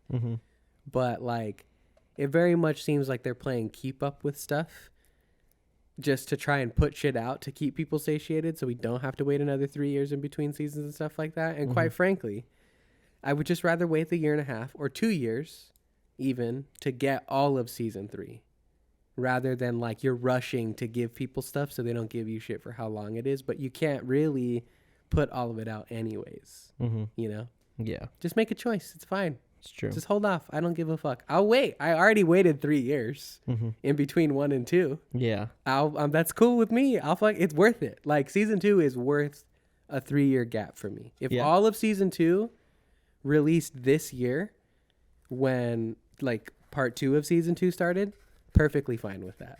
No big deal to me. That is okay. So I will wait. But just give me the whole fucking season, man. I already have to wait week to week, you know? Like, yeah. I don't want that break, dude. I don't want it. I feel you. Give me it all. I need it now. I'm just glad, like, we're not going to get as long of a break between 2 and 3. That part, at least, they've confirmed. They're like, it won't be that bad. Yeah. Like, I think Which would make sense because they greenlit 2 and 3 at the same time. Yeah. I think, realistically, we have to probably wait until next fall/winter, because that's when that's when this season released and started, right? Was the end of the year, and it's not gonna drop this year, no fucking way. So at the earliest, I think we're getting it next year at the end of the year, or even 2 years from now at the beginning of the year. I can feel that. Yeah, I can feel that, because something's gonna happen. You just know something's gonna happen. Shit always happens. Yeah, shit always happens. There's always a delay. There's always an extra couple of months, an extra year, whatever it ends up being. So. Oh, yeah. But it's okay. I'm satiated, man. Season 2 is fucking off the wall, dude. It was awesome. It was a great follow-up to the first season. I think it overall continues to do what it does well as a show and continue to expand on it as well. So, like, overall, aside from the break, I have no qualms at all. I think season 2 is fantastic. I think it was a fucking kick-ass follow-up. So, what would you rate the last episode, and what would you rate season 2 as a whole? I would say that the last episode gets like a 9.5 from me, again, because there was a couple things that did kind of take me out of, like, the moments in it every once in a while. But season 2 as a whole is probably like a 9 out of 10. And it only doesn't get the 10 out of 10 because, again, overall there's a couple things I was like a little bit annoyed by, and the break in between sucked. But other than that, dude, it fucking rocks, bro. It kicks ass. It is super fucking good. Yeah. I agree. I think I would rate the last episode like probably the same as Shogun. I think I would rate it at 9.7. Mm-hmm. I was very pleased with the last episode. There wasn't a lot that I was like didn't like, you know? Yeah. The last half does like, you know, slow down. I feel like they did the reverse of what they normally do of like give you a bunch of character development in the beginning and then give you like a lot of action. Whereas this episode they let off with the action and did more character development based on the repercussions of said action. It kind of worked though. You know, it did work. Yeah. But I don't know. Agree. Just it was slow. Yeah, just the slowdown. I think because you get a cool like 20 minutes, even probably longer, like closer to 30 of like just the first half. Down. Because I remember like watching it and like when the fight happened, I was like, oh shit, and I like looked and I was like, damn, this is only half the episode. Like holy shit. And again, not that I don't like the character development. I thought the character development was great. I just think it is like flip flop that. Yeah, I just think like the action to the slowdown, I wasn't like the biggest fan of. Mm-hmm. But that's not to say that I didn't like everything that went on. I loved it. You know, y'all know I'm a fucking sucker for some good, you know, take some time and let's develop some characters nicely, right? Let's see how fucked up you are after all this shit. Exactly. So I was down for it. And then season 2 as a whole, I think season 1 I probably give like a 9.7. I think season 1's better than season 2. Oh, 100%. Yeah. Season 1's way better than season 2. Season 2 is really good still, but I think the first one's still better. It's just hard. Like, it just came out of the gates firing, It's so bro. fucking tight, bro. It is. All of it is so good. Fucking tight. It's tight. And so, like, if I rate season 1 like a 9.7, I think I would rate season 2 like probably a 9 as well. Okay. I would say. Like, I think the first half didn't really pick up until the last couple episodes of that first 4 episodes, but episodes 5 through 8 were fucking bangers. Yep, were so fucking good. 100%. It was just banger after banger after banger after banger, which is crazy, which is really, really fucking crazy. So yeah, I like, did the score dip from 1 to 2? Yeah, but again, it's hard to just top that season 1. No, it was too good. Do I think we might get a season 1 topper? For sure. Yeah, it'll come. For sure. Come. If they continue to do what they're doing now, it'll come for sure. Like, just the first episode of the first season is awesome. Goes down as like one of the craziest episodes in like primetime animated TV for sure. 100%. Yeah. Like, so fucking good. Easily. So fucking good. Yeah, it's awesome, dude. But yeah, guys. Great show. Invincible. Go and check that shit out. Another thing I would want to say before we get into our movies is Invincible does like a really good job at like the needle drops, and I think anytime they add in like a song to accompany whatever's going on in the scene, I think they do a really fucking good job of doing that shit. Two little ones really quick too, because unfortunately I also have to use the bathroom, and there's one thing in Poor Things that scared me a little bit about this, but we'll get to that later. But I know what you're talking about. I was like, what? But for one, I was a little bummed that there wasn't at least a little bit of a hint to the blue suit. Yeah. Because, like, that one's not my favorite. I like the classic one more. But that's very clearly what they were invoking. Oh, yeah. With the title cards. And, like, we get the full one finally, right? Of just the black and blue. But not in the context of the show. Yeah. So, whatever. It's fine. But the other one that I wanted to point out, too, that I thought was, like, cheesy, but I'm mostly down with it, is Omni-Man's last line, because we do get the end credit scene of Alan and Omni-Man kind of like linking up a little bit, and it's the beginning of, you know, that whole sequence when they become friends and break out and all that shit. And I did like his last line where he's like, you know, kind of spilling his beans a little bit to Alan, and he's like, I think I miss my wife. I was like, oh, here it comes. Yeah, he's starting his journey back to the light, broski, or maybe to the light for the first time, honestly. And then really quickly, actually, before we transition, I liked that Mark, Debbie, and Nolan all had black eye on the same eye. Bro, that was great. They're all at their fucking lowest right now. Yeah, that was great. I noticed that too. And so I really liked that. It's just a good visual indicator too, I think, of the fact that like this is the beginning, I think. The very, very early beginning. Not like this is going to happen all in just the course of season 3. Because I actually heard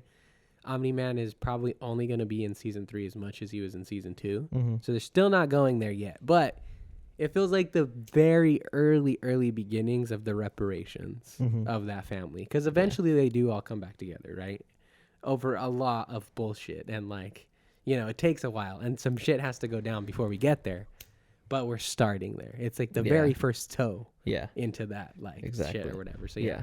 I'm ready for the Omni-Man, Alan the Alien team up. That's gonna be cool as fuck, dude. I'm hella excited. Yeah. I also want to see, because I've been like checking out some more just the reels, nothing like of the big 40-minute videos or whatever.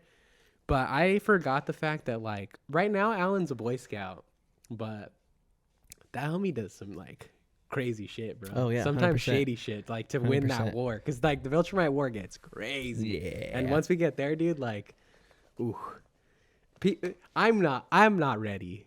Knowing what happens in the comic books, I'm not ready to see that unfold in animation. So I know that just like people are not ready for shit to hit the fan, bro. It's gonna be crazy. It's gonna be crazy. All right, shall we get into La La Land? Yeah. All right. Dude, this is gonna be a long ass episode. What are we at now? I'll check. We're at 2:45 right now. Oh yeah. I think what I'm honestly probably gonna do is chop out like a good section of that music portion, Dude, I was gonna and probably drop that as like just an extra. That's what I was gonna say. We just need to start doing music sides, bro. Music sides, bro. But all right, guys. I know we didn't preview this last week, and fuck, I actually don't think we know what we're doing. No, actually, we'll figure something out. But I know we didn't preview this last week. We have been previewing in weeks prior, so you guys can get ready. But if you follow us on Instagram, I post what we're going to be talking about in the next episode. So, you know, you're never not in the loop. But anyways, we had the idea of jumping into the Emma Stone catalog. She just recently won an Oscar for Best Female Actress for her role in Poor Things. So I thought, hey, why don't we do Poor Things and also La La Land, because that's where she's won her 2 Oscars. And I was really happy I did that. Poor Things was something that was definitely on my list of things to watch, but it probably would have been a while if I didn't set it as a movie for the podcast. Just because, we get busy here doing, all our different movies and blah, blah, blah, stuff like that. But, I knew the homie Danny wanted to watch it. So I was like, let's do Poor Things. And I thought La La Land would just accompany that nicely, because obviously Emma Stone won her freaking Oscar for that role. But starting with La La Land. If you guys don't know what La La Land is about, I will actually pull it up really quick. You probably do. It was pretty big when it came out. Dude, I like it so fucking much. I did too. I just wish it wasn't a musical. Yeah. Only thing I have with it. I just wish it wasn't a musical. So did you say you liked it more the second time you watched it? Yeah, I didn't even get through it the first time. Oh, okay. So obviously, yeah, I made it through this time. Okay. Yeah, no. I enjoyed it. I thought it was good. I thought that it's a good love story. I think it's a good romance story, and I think it has like a good ending to it too, which we'll obviously get into later. But I like the fact that it's not your typical. It's still a happy ending, I would say, but it's not like your typical happy ending. No, it's definitely subversion of expectations of what we're used to getting from romance movies, which I liked. Happily Ever After. Yeah, shit like that. They end up together. So, just to let you guys know what La La Land is about, and you guys can, judge my reading abilities. I said they're getting a little better, so I'm going to read this a little bit, So, aspiring actress serves lattes to movie stars in between auditions, and jazz musician Sebastian. Oh, this is a stupid fucking. I don't like this already. I don't like that already. That sounds dumb. It's just, they're just describing the characters. So. Aspiring actress serves lattes to movie stars in between auditions, and jazz musician Sebastian scrapes by playing cocktail party gigs in digi bars. But as success mounts, they are faced with decisions that fray the fragile fabric of their love affair. Whoa. And the dreams they worked so hard to maintain in each other threaten to rip them apart. Fray the fragile fabric. Dude, Get the fuck out of here with that shit, honestly, bro. That's a bar, bro. That I is. like that shit. That is. Fray the fragile... It's hard to say. That's a tongue twister, bro. Fray the fragile fabric. That's Say crazy. that shit 5 times fast. Fray dude. the fragile fabric. I'm actually surprised I said it right the first You time. did. That's why I was like, what the fuck? That was crazy, I've bro. been getting better at reading, guys. But I think that's a pretty accurate description of what this movie is about. Yeah, that's not bad. You know, it is about following your dreams. Definitely. And, you know, following through with those dreams, even if it's at the, you know, detriment of a relationship with someone that, you know, you may love, right? And that's not to say whether that's wrong or right, you know, like it depends on the scenario. It really does it does it does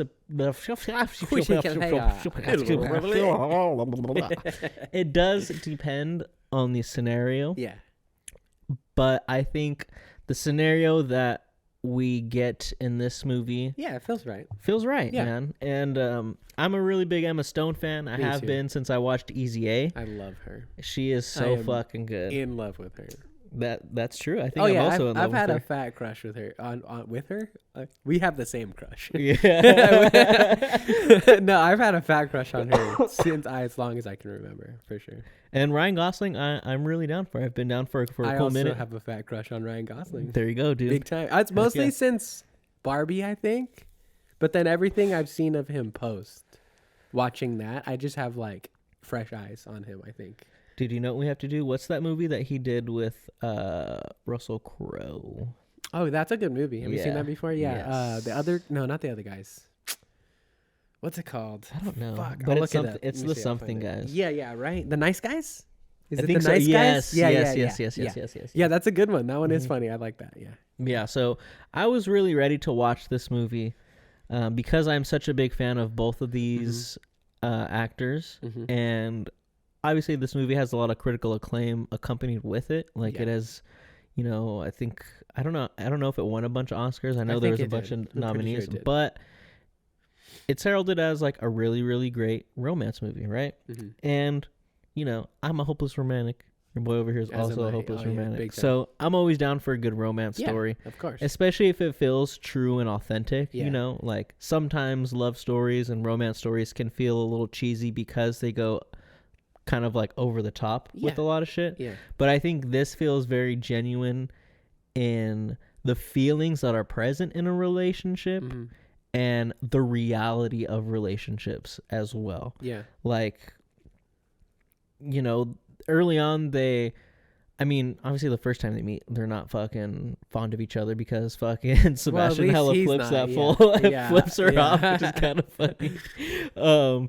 But they become very infatuated with each other very quickly, which I think can happen a lot of the time, you know, especially if you're in a situation like this where personalities match up very well and you kind of see eye to eye on a lot of things. It's very easy to get lost in the infatuation of the relationship very quickly. You know? Like a steroided up honeymoon phase. It's a drug for sure, bro. Like it's an intoxicating drug. It's an addictive drug, and it's some shit you'll be coming back to constantly, brother, constantly.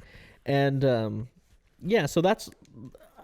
I think that's what I loved most about this is like the feelings feel true. Yeah, the story feels very true, and not only that, but the sets are so fucking great. Yeah, they're pretty. They look really good. I'm not mad at the musical numbers. Like, I'm not the biggest musical fan. Granted, the first, 30 minutes, I wasn't, the most down for. The first two fucking suck. What are the first? Oh, the first one is the one when they're all on the highway. Garbage. That shit was pretty dumb. Absolutely terrible. To me, really feels... out of place.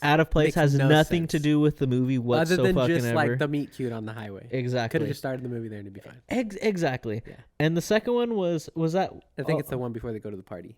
I honestly really liked that one. Didn't love it. I was down for it because I really liked all the sets in this movie.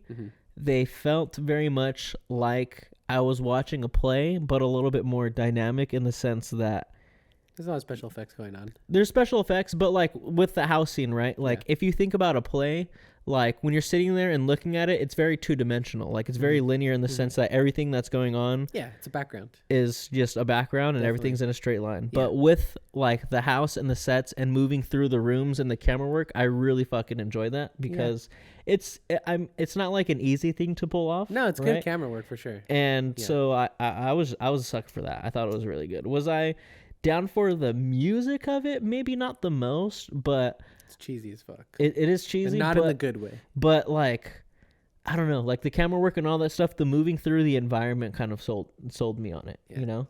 So I was down for that. I mean, the one that the number that they have together, the first one that they do after the party. Oh yeah, that's whatever. Yeah, that one's okay. Bad. It's But that was like, when I told you like the first like 30 to 35 minutes, I was kind of like, That was the cutoff. That was like at the point where I was just like, fuck, like how long have I gotten in this movie? And it was like 30 minutes or something like that. I was like, damn, like if the movie's like this, I don't know, man. I don't know. I don't know how I'm going to get through this. They don't overdo the musical numbers. I will say that. It's not like you're getting them like every like 5 or even 10 minutes. Like there are long portions of the movie where it's just a drama of things, and maybe there's like music happening to like, you know, quick cutting backgrounds, but it's not like they're out there like singing and dancing all of the time. So that's fine, but that's part of the reason why I said like I just wish it wasn't a musical. And I think the other reason too is like what you were bringing up earlier about like how realistic and grounded of a romance story it is. I don't think it really has any business like living in the genre of musicals, because that's like pretty much the complete opposite, right? Like I don't know. I will say this, is that like I do have a little bit of a hard time with the musical parts of this movie, because I am incredibly partial and love very much the old school musicals of like the 1940s, 50s, 60s, whatever. When you had like your Frank Sinatras and your Gene Wilders and like all these people who like used to do this type of thing when it was like popular, right? Like there was a lot of them made. We should actually watch some of them because they're awesome. And so what's hard for me is that while I can appreciate this impressive camera work and a lot of these special effects and these crazy sets and stuff that they're doing, it's kind of not really what I come to expect from this type of movie. What I expect, and this is just a personal thing, and I'm sure this is, you know, why old heads would probably maybe have a hard time with it too, is like that's kind of taking away the specialness of this type of musical from back in the day, where all of it was happening right there in front of you like a play. It was just filmed. These people were genuinely triple threats, where they could dance better than anybody else on the set, sing better than anybody else on the set, and act better than anybody else on the set. And I would say that Ryan Gosling and Emma Stone can only act better than everybody else on the set. They're not triple threats. They're not bad singers. They're not bad dancers. Certainly, but they're not the best at absolutely not in comparison to the rest of the folks in the movie, right? And so that, and the other thing too is I don't think it would bother me so much if the movie was not very clearly trying to imitate those old types of movies, because you get a lot of this like big text that's in the old school writing and the end and produced by MGM Pictures and this and that and blah blah blah. So it's very much trying to invoke that for sure. And to me, while I can appreciate what they're trying to do creatively, I don't think it stands up to what they did back then. And so again, it's why I'm just like, I'm down for the story. I'm down for the characters. I love everything about all of that stuff. I think it is a great romance. I love how they turn the tables on things and kind of play with you a little bit at the end too, right? I just don't think it needs to be musical. I think if you take all the musical elements out of this movie, it's not really that much different. Like Sebastian can still play jazz and still have all of that stuff with like going off to the other band and all of that stuff and everything. And there can be all of that. I just don't need him breaking out into song and dance and singing. Not if they're not going to really do it, you know? Yeah, that's true. Yeah, that's all it was for me. I think that's why I like the last 2/3 of like the musicals, because like you were saying, not a lot of them are like your generic, or not generic, but general musical numbers where it's the full song and dance and everything like that. Like the the music feels like it's there to more so emphasize like a lot of the feelings and a lot of the things you're getting from the scene, which to me I don't have a problem with, but I would see how fans of the classic musicals could see that as like a slight, because it's like you're not doing that to the fullest potential of which it could be done. You know what I'm saying? I think it's not even necessarily that like it's just even within the context of the movie, it feels wrong. Like the one that threw me off the most, just to skip a little bit, is at the end. When so like Sebastian and what's her name in the movie? Mia, right? Yes. Have broken up, and Mia gave up her dream and left back home, and she's back in Nevada, right? Which for a second I was like, how the fuck is he getting back and forth from these states so quickly? And then I remembered that they're right next to each other. Yeah, boy's not good at geography over here. But at the end of the movie, they're very clearly broken up. Mia's moved back home, and Sebastian is depressed in bed, and he gets a phone call for somebody asking for Mia, and he's gone kind of reverted back to like the cynical person that he is in the beginning, and is being very curt and very dry and very sarcastic about shit, right? And tries to brush her off, but then he realizes that it's a casting call, and somebody, in a good position to give me an opportunity, saw her one woman show, and he goes and they have the cute thing, and I think it's very sweet, and that's all good, and everything leading up to the audition is great. I was kind of annoyed that they didn't let her act, because they're like, tell us a story. And then she sings. Yeah. And I'm like, fucking, that's Emma Stone, bro. Let her act. Let her tell a story. Like, do the thing. It threw me off a little bit. But, like, it's just, yeah, I don't know. Things like it is what it is. It's fine. Just wasn't my cup of tea. I'm not going to try to over-explain it. No, I feel you. I feel you. Yeah. I didn't have a problem with it because I think it felt like a place, at least to me when I'm watching it, and they start to do the number, I'm like, okay, like it makes sense for it to be here. Like it doesn't feel out of place that it's right here. Yeah. Like it does feel like, okay, it's a scene that calls just for solo. It calls for a solo musical number. Yeah. So I was down with it. Again, like you were saying, is she the best singer or anything like that? No. Yeah. But I was down with it. I wasn't the most upset at it. Honestly, I would say my favorite musical number was probably the one at the very end. Yeah, that one was good. That was my favorite too. Where like the alternate.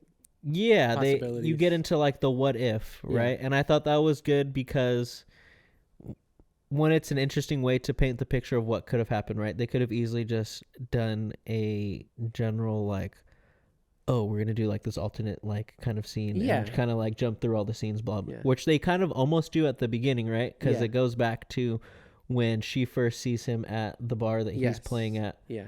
And instead of when she walks up to him and was like, oh, I like heard you playing and blah, blah, blah, I had to say something. Yeah. And instead of him blowing her off, he like kisses her and it gets into the whole what if scenario. Yep. Like it's good for that. Like it's really, really good. But it's also like, again, speaks to like the realism of the movie and how realistic it is. Cause it's like, we've all played out a what if scenario in our head, right? Like I'll do that sometimes to my fucking detriment. Right. And that's like, I liked it so much because it felt so authentic and like, yeah, in a moment like that where you haven't seen that girl for 5 years. Yeah. And the last time you guys saw each other, or what we're led to believe is the last time they saw each other, they were both like, I love you and I'm always going to love you. Yeah. So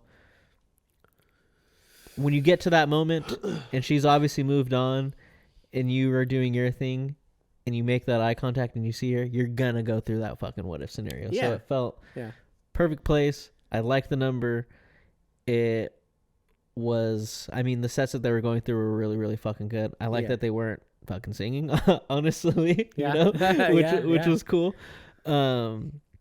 But yeah, I really liked that shit a lot. Yeah, that was good. For sure the best. Hit me right in the heartstrings. I was like, yeah, I done that shit, bro. I done that shit. Yeah, that one was tough. It took me a second to come around to it because when it first happened, I was like, if this is how the movie ends, that's kind of annoying. Like I thought that was the big number and it was gonna La La Land. Yeah, and I was like, that's fucking stupid. Yeah. Don't end it like that. But then cuts back to the cold reality and he finishes the song and there's, the light applause from people and she's not clapping and I was like, ooh. damn you motherfuckers. I was like, fuck you bastards. That was good. I like that so much, bro. When they just like take that one last look at each other and, they both kind of smile and give each other the nod. It's like... Yeah, because you're not totally sure, right? Because, like, the husband, whoever he is, fuck that guy, by the way. Yeah, fuck him, bro. Sorry. I don't like him. It's a good ending, and it's nice, and I'm glad that we got a more realistic one. But I, as a viewer and being invested in their relationship, was not down to just jump 5 years and she's got a husband and a kid with somebody else. I was tripping. I was like, what? I was like, all right, cool. That was good. Yeah, because I was like, okay, we're back around to where we started, right? Because that was the beginning, was winter. And then 5 years later, I was like, whoa. I thought it was going to be another meet cute, right? Like she was famous now. And I assumed he was probably doing well. And so, they meet up again and, fall in love and then it's over or whatever. But then the second she kisses that bastard, I was like, who the fuck are you? Get the fuck out of here, bro. Who is this ugly motherfucker right here? It's not Ryan Gosling. No, exactly. What are you doing? I don't even know your name. I don't even want to know your name. Nah, fuck you. Fuck you, bro. Get out of here, I hate that you're in the movie. Yeah. But yeah, again, like a good way to subvert your expectations Definitely. Of, because how many times do you watch like any sort of movie that has any sort of like romantic not even a romance movie. Yeah, like just like action movie sometimes. Snow White, yeah, Cinderella, shit like that. Yeah. Those aren't like romance movies, but they have romance aspects in them, and it's always like happily ever after type fine. shit. Even Shrek, which is supposed to be a parody of that shit. Exactly. Yeah. Oh, you're gonna take a nice little freaking hit? Oh yeah, have I ever done this on the podcast? I don't think so. Really? I'm gonna hold my breath with you. No, I'm just kidding. Fuck, I gotta do it again, bro. My bad. No, it's okay. It's okay. I respect the solidarity, bro. I was gonna try, I just couldn't, brother. Oh shit. But yeah, a good way to subvert the expectations of a classic romance story of not getting the happily ever after. Again, something a little bit more realistic of just, yeah, you guys love each other and that's great, but sometimes shit just doesn't work out in the favor of what you want it to. And it's okay because look at the end of the day, she got to fulfill her dreams of becoming an actress and doing like that. And she's really big and she's got posters of herself like on the street and everything like that. Yeah. And you got to do your fulfill your dream, which is like opening up a jazz bar and shit like that, Chicken on a stick. Yeah, that shit was funny. No, yeah, I agree. It was good. I liked what they pulled off because I think in a sense it's like it's almost a quote unquote truer love than like your typical true love story, because both of them do genuinely love each other so much that they're willing to sacrifice their relationship to the other in order for them to like fulfill their dreams. Right. And like they only met each other within the last year versus like the two of them have been I'm hitting the inhaler from now on, brother. There you go. But they, as much as they are in love, they only met each other within the last year, right? Versus like they've had these dreams and aspirations their entire life. Yep. And so the fact that they are able to like mutually come to that understanding of like, I know, like, yeah, we do love each other, but there's nothing we can really do about it because we both love each other so much that we want the best for both of each other. And the best right now is that we have to not be together in order to chase those things. Yeah. And that shit's heavy, bro. It's pretty good. Because you always got to make sure you have the best for yourself, right? You always got to make sure. Well, you can't give the best to anybody else if you're not starting from that place with yourself, right? Exactly. I hate that shit. Like, to the death. But it's real shit. It is real, though. You have to take care of yourself first. It's a tough pill to swallow, for sure. Well, because I think a lot of times, and you know what? It's probably because of, like, romantic movies and romantic ideas of stuff. Or, like, it can almost be easier to say, oh no, well, I'm not gonna do this thing for myself right now that I know I'm putting off because I need to take care of this, or I need to take care of this person, or I need to handle this situation, or whatever it is. There's always excuses, right? Because like at the end of the day, I think it is always harder to do like the self work and go inside and fix up all of that mess than it is to like try and handle something else, whether that's an outside problem, somebody that you love's problem, whatever it may be. Like, I don't know. Personally, I always find it an easier thing to be like, I'm going to help you Yeah. Rather than have to admit and be that vulnerable self of like, fuck, I need to help myself, though, you know? So, like, it's cool. I think it's a good message to send in a romance movie. Yeah. I like it. Think about the precedent that Romeo and Juliet set for freaking relationship standards, right? Those fools loved each other so much that they killed each other. They killed themselves. Yeah, yeah. Like, that's so wrong. That's so wrong. Yeah, it's fucked up. But everyone's always like, oh, yeah, Romeo and Juliet. It's a good story. It is a good story. But again, it keeps that in mind, too, you know? I don't think anybody looks at Romeo and Juliet as, like, an ideal for love. It's not, but it's just, like... It's a tragic tale. It's the cornerstone for, like... romantic shit, right? I think it's a tragedy. I think it's just that it's easy to say. I think the pop culture idea of Romeo and Juliet, sure, but not the story itself. Yeah, true. I'm sorry. I'm defending my boy Shakespeare. That's a good fucking story, bro. It is a good story, but it's wrong to love each other so much. But that's the point. Yeah, true. That's the point of the story. He's not an idiot. That shit's wrong. It is. That shit's wrong. It is. Yeah, not to the detriment of yourself. Like, obviously, that's the extreme of it, right? But even in small ways, like, I think even this is extreme, right? Of like, you have to give up your dream in order to like love somebody. Because I think for a little bit towards the end, I had to like resurrender myself to like the reality of the story. Because for a little bit I was like, you guys can do all this stuff and still be together. I think you love each other enough, and I think you vibe each other enough that like you could do all this and still be together. But then I was like, okay, that's not what the movie is trying to say, though. That's not what the movie's about. This is a very real thing. Because, again, I think the whole, like, you know, having to give up your dream or your partner or whatever is another very extreme scenario. Does it happen? Yes. But it's probably not, like, the normal thing that happens when it comes to, like, this type of scenario in real life, you know? It's, like, smaller things that are at stake, but they're no less important, right? Like...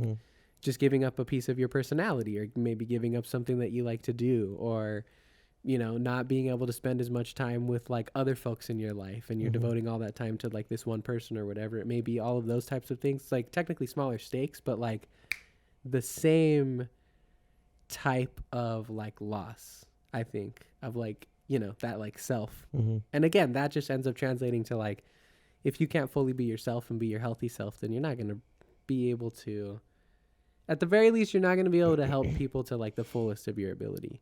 I'm not going to say you can't help anybody. Heartbroken people can probably help folks. People who are down on their luck can, you know, put good in the world. But you can't do it to your absolute full potential unless you've taken that time to really like do your shit first, you know? Very true. It's hard. Like I said, I fucking hate that shit, bro. But it's very necessary. You do have to do it. It's tough. Yeah, man. I think that's why I like movies so much like this, is because it's so easy to take the route of like, oh my gosh, they loved each other so much that, yeah, of course they eventually ended up together. Yeah, yeah. And like, after the 5 years, they still found each other. Yeah, and it's like, cool. Like, yeah, sometimes that shit maybe does happen. Yeah. Right? And good on you for that, for you finding that, right? Yeah. But it's like, it's a lot tougher to show the harsh reality of like what probably happens more often. Exactly. What probably happens more often. Not everybody's so lucky. Yeah. Yeah, to have that happily ever after. Exactly. And that's just like, you know, everyone probably knows maybe like one person or so that's like, oh yeah, they've been with that person forever, and it just like makes sense. By nowadays standards, maybe you don't even know maybe somebody you don't. who's maybe been together that long. Yeah. I feel like I probably know someone that's been together for a cool ass minute. Actually, yeah, my barber and his chick have been together for a cool ass minute. That's good. So, and yeah, I think I went to school with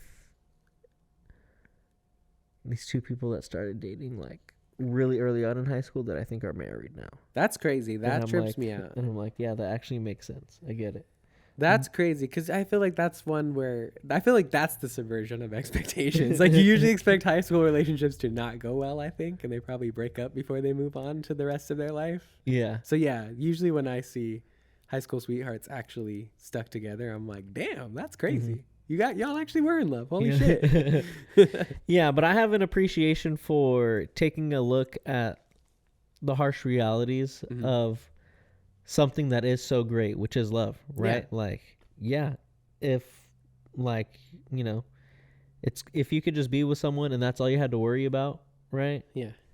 That'd be fucking great. Yeah. But unfortunately, that's not how, you know, it's not how shit is. Well, I like how they do it too, because, like, I think, you know me, like, I can very much teeter-totter back and forth in terms of, like, you know, showing the real reality in what is essentially fantasy, no matter what way you cut it, because movies are not real. Mm-hmm. But I like the way this handles it, because the whole entire movie is not about that, right? Yeah. The majority of the movie is about building your investment in the true love that they have. So when that comes in and sneaks up on you at the end as the subversion, you're heartbroken for them. Yep. But you're also happy for them at the same time, because, like, you experienced, quote unquote, for the listeners at home, that love through the characters, and so you're invested in the same way they are. You fall in love with, you know, for me, Emma Stone over the course of the movie, cute as fuck, cute as a goddamn button in this movie. It's ridiculous. Very hard to contain myself. I'm having a hard time doing it now. And then you're equally as heartbroken when either one of them starts to act indifferent towards each other, right? Sebastian kind of becomes, again, starts to revert back to, like, that kind of asshole-ish nature again, because he's not fulfilling himself, right? Because he's doing shit that, like, doesn't really make him happy, because he thinks that's what she wants, and blah, blah, blah, and all this stuff. So, like, they do a good job of putting you into the very, very highs of that relationship for the majority of the movie, so that when that downhill starts to happen in, like, I don't know, maybe like the last 45 minutes or so till the end of the movie, like, you're bummed, you're heartbroken. It's a bummer. Yeah. I honestly, like, as sad as that scene is when they're arguing and shit like that, like when he makes that dinner, like, I really fucking like that scene. That shit was like, it's great. That shit was hella good. Well, it's good because I think that, like, it's a scenario in which the whole time you feel like you're right there with them, and then suddenly you realize, like, oh, well, I see both sides of this, though. At least I did, because, like, he's an insecure dude, I think.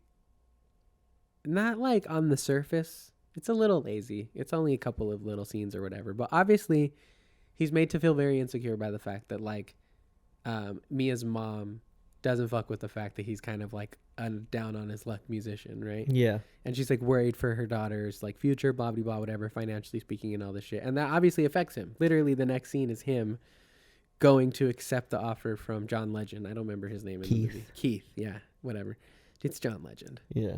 It's not Keith. Yeah, his name's not Keith. It's John fucking Legend. But he was very hesitant to, right? And he's, like, willing to kind of, you know, start to make these, like, fuck, I keep forgetting words today. It's happening to me more and more. But, he compromises, right? For what he thinks Mia wants. And again, that's not good from that side of the relationship or anything like that. And at the same time, too, it's also hard because I think in the situation that he's put himself in, it's not Mia's fault, but in the situation that he's put himself in, he's trying to find a little bit of joy in it. You know, we see him kind of having fun here and there while he's playing and stuff like that. And, you know, he still hates the, like, annoying shit, like the photo shoots, obviously, and all this bullshit. But when it comes to the playing, he seems like he's having a good time. Yeah.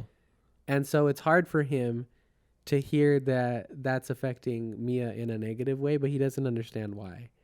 And, like, maybe it's just because I'm a guy as well and just fucking dumb and hard, and it's really difficult for me to stay attached to logic and emotion in, you know, the same context. Yeah, guys are dumb. We are. It's hard. It's not an excuse. I'm not trying to say that, but at times, you know, we could be very one-track minded, and if you get locked onto something, you get locked onto it, and it's just hard to get out of that and, like, accept something else as, like, the truth or reality or whatever it might be, right?